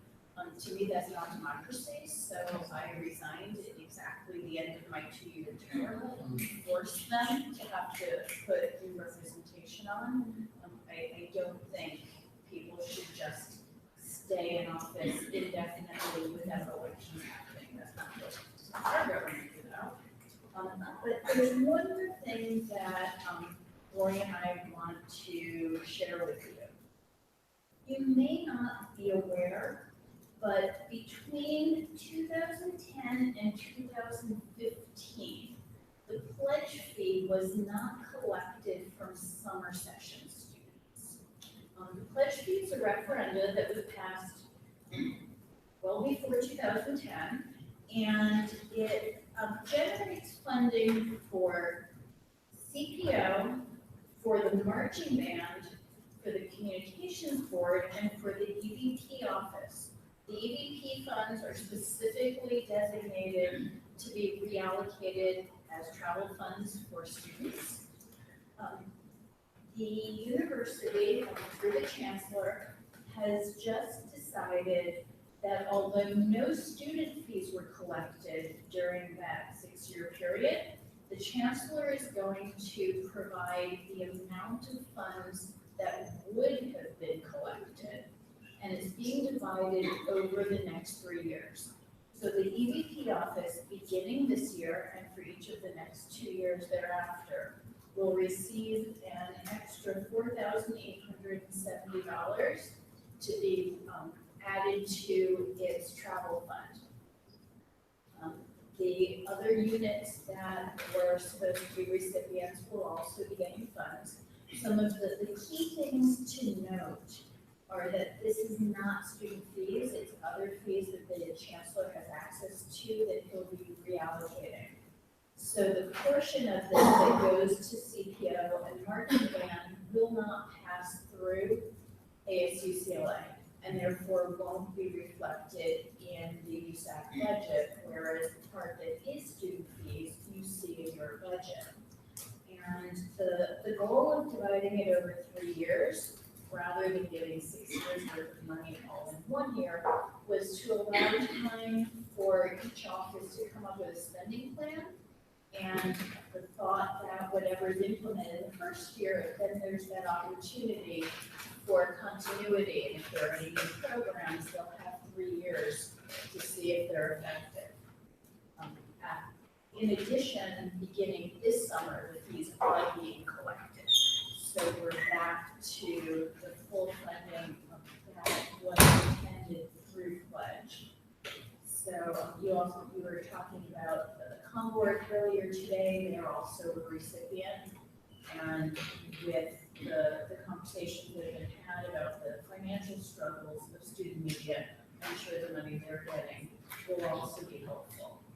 Roy will work with Chloe. There is some paperwork requirements to obtain this funding, and so they'll do that separately. But I wanted to share what had happened and that it's been resolved and what's coming.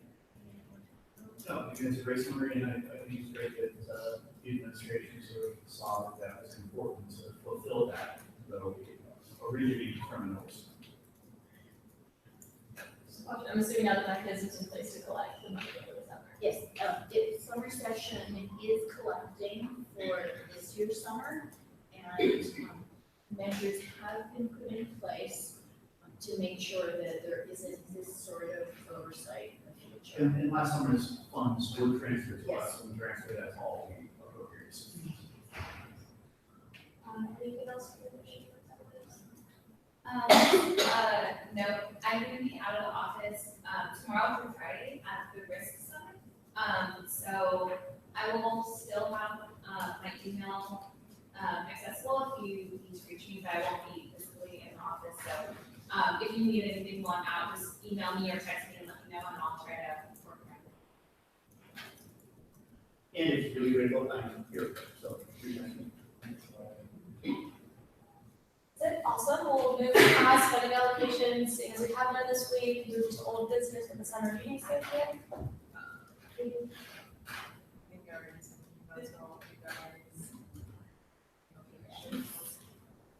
The first meeting would be June 29th, and with Skype and, yeah. Are we gonna like notify like council, like who's gonna be Skype before we Skype in, or like how's it gonna work? Like should we contact you, like, cause I'm not here for the next one. You can vote, you can still get contacted. So why don't we sort of, maybe we should adapt the guidelines, like have an expectation that, like, if you are gonna send it, you can let you know by Thursday, because that's the day the agenda's gonna be set, just so there's a expectation of who's gonna be here, is that okay? So like, think like, will we have here, who's gonna know, like, your expected, like, receiver call, or like, call in, you know, so now we kind of like, do where it's set up. But so you can know beforehand, like, oh, you're taking 3 calls for 3 summers, So we adapt the guidelines regarding Skype calls to have an expectation that anyone who's going to Skype in, can we just have an expectation that everyone's gonna let us know that their attendance is Thursday before the Tuesday of our meeting, and if we're meeting on a Thursday, then it'll be by Tuesday, so 3 days in advance, in the same way that the agenda item is expected to come. Just so we know who's not gonna come, who is coming, and who's gonna be Skyping in. There, great, so we'll make that the change to the guidelines. This is a consent item, are there any objections to adopting the summer meeting schedule? Seeing none, fantastic, that motion passes, we don't have any new business, do we have any announcements? Yes, So I, earlier today, I was speaking with Jessica, and we talked about how a couple of you haven't chosen what pictures you want for the like the professional picture you take for the office, right? And the sooner you all choose, the sooner we get them emailed to us so that we can upload them on all of our medias. Like without the watercolor work. So if you all could email her or meet with her, I know she's not gonna be here Wednesday through Friday, but you know, the faster we get that settled, the faster we can like benefit from the photographer that got the pictures for us. Yes. If anyone needs scans from the photos, will be out on the green walk. I also have some in my bag. Also, look out for forms to be a part of our over summer, to be a part of the different focus groups for space. And then also, I didn't mention this, but learning management systems. I know that sounds very boring, but CCLE isn't that accessible to a lot of students. And being a community college student, I have 3 different learning management systems, and a lot of them were much more accessible than CCLE is currently. So keep an eye out for those. any other announcements? Yeah, So 4 days ago, there was such international students studying University of Healing was her campaign. So Joy she has been missing for 4 days, and the things that happened actually at UCLA a month ago, and that person has not been found. It was also an international student from China, and I feel like it's kind of like a lot. This kind of thing is happening a lot. Like those people are targeting on international students because our wallets are like on the other side of the world. So if you just kind of like spread words around to your friends, kind of like pay more attention to kind of be more alarmed to strangers, to not kind of like follow strangers. So someone that you say student is missing. Yeah, and things like he has been missing for a month, and we haven't really heard anything back. her face, but his face is on, unanimous, the best science meeting. It also like his teacher was supposed to like that December too, but I'm quite confused because the news about the transfer at UIUC was like everywhere on the internet. Even I think I'm not really 100% sure about this, but even White House could announce something, but the things like when I Google the person using UIUC, nothing show up on the internet, and even when I Facebook and then everything like that, nothing about capacity, so. That's so reason that not doing that. Yeah, so I'm sorry. The Dasher Center? They know, like, they have pictures, they just have these poster like pictures, posted on the board, but nothing else, and there are things sharing on WeChat, the sharing social media, but like, nothing else, we just never got her back on anything. Especially because like, I was not, like, on answering back, I phone my mom, I had to respond to my mom for like 3 hours, and they freaked out because of these kind of news. So I do feel like maybe sharing news to friends, to people more about this. Is it something where like this is posted so that we can like share it as well too? Yeah, I would love that, just like, Yeah, because like. I don't- It's great, but yeah, do you have anything that we put like a picture? I think I only have a screenshot of the email sent by a professor. He was, I think that student is his or her class, and only have that screenshot. So it's like nobody was reporting. Maybe you can ask the Dasher Center for the poster they put up so that we can circulate that ourselves. Yeah, I will go there. Any other Thank you announcements? for like wanting me to do that. Any other announcements? Seeing none, I'll take a motion to adjourn. I wrote it in the. I motion to add an announcement. Oh, we can just add an announcement. The transfer rep office wants to let you know that I have officially, I don't know. Well, I got my staff, y'all, and they just bought me money. They all are, yeah, I'm excited. So we are doing moves in silence, but you gonna see this work come to fall, all right? But yeah, and I got my position, so I'll be here this summer. Okay, I motion to adjourn. That's it, all in favor? 1, 2, 3, 4, 5, 6, 7, 8, 9, 10, 11. Seeing as all councilors voted affirmatively, we can now adjourn. Can someone turn off USAC live for us? We are adjourning at 9:56 p.m.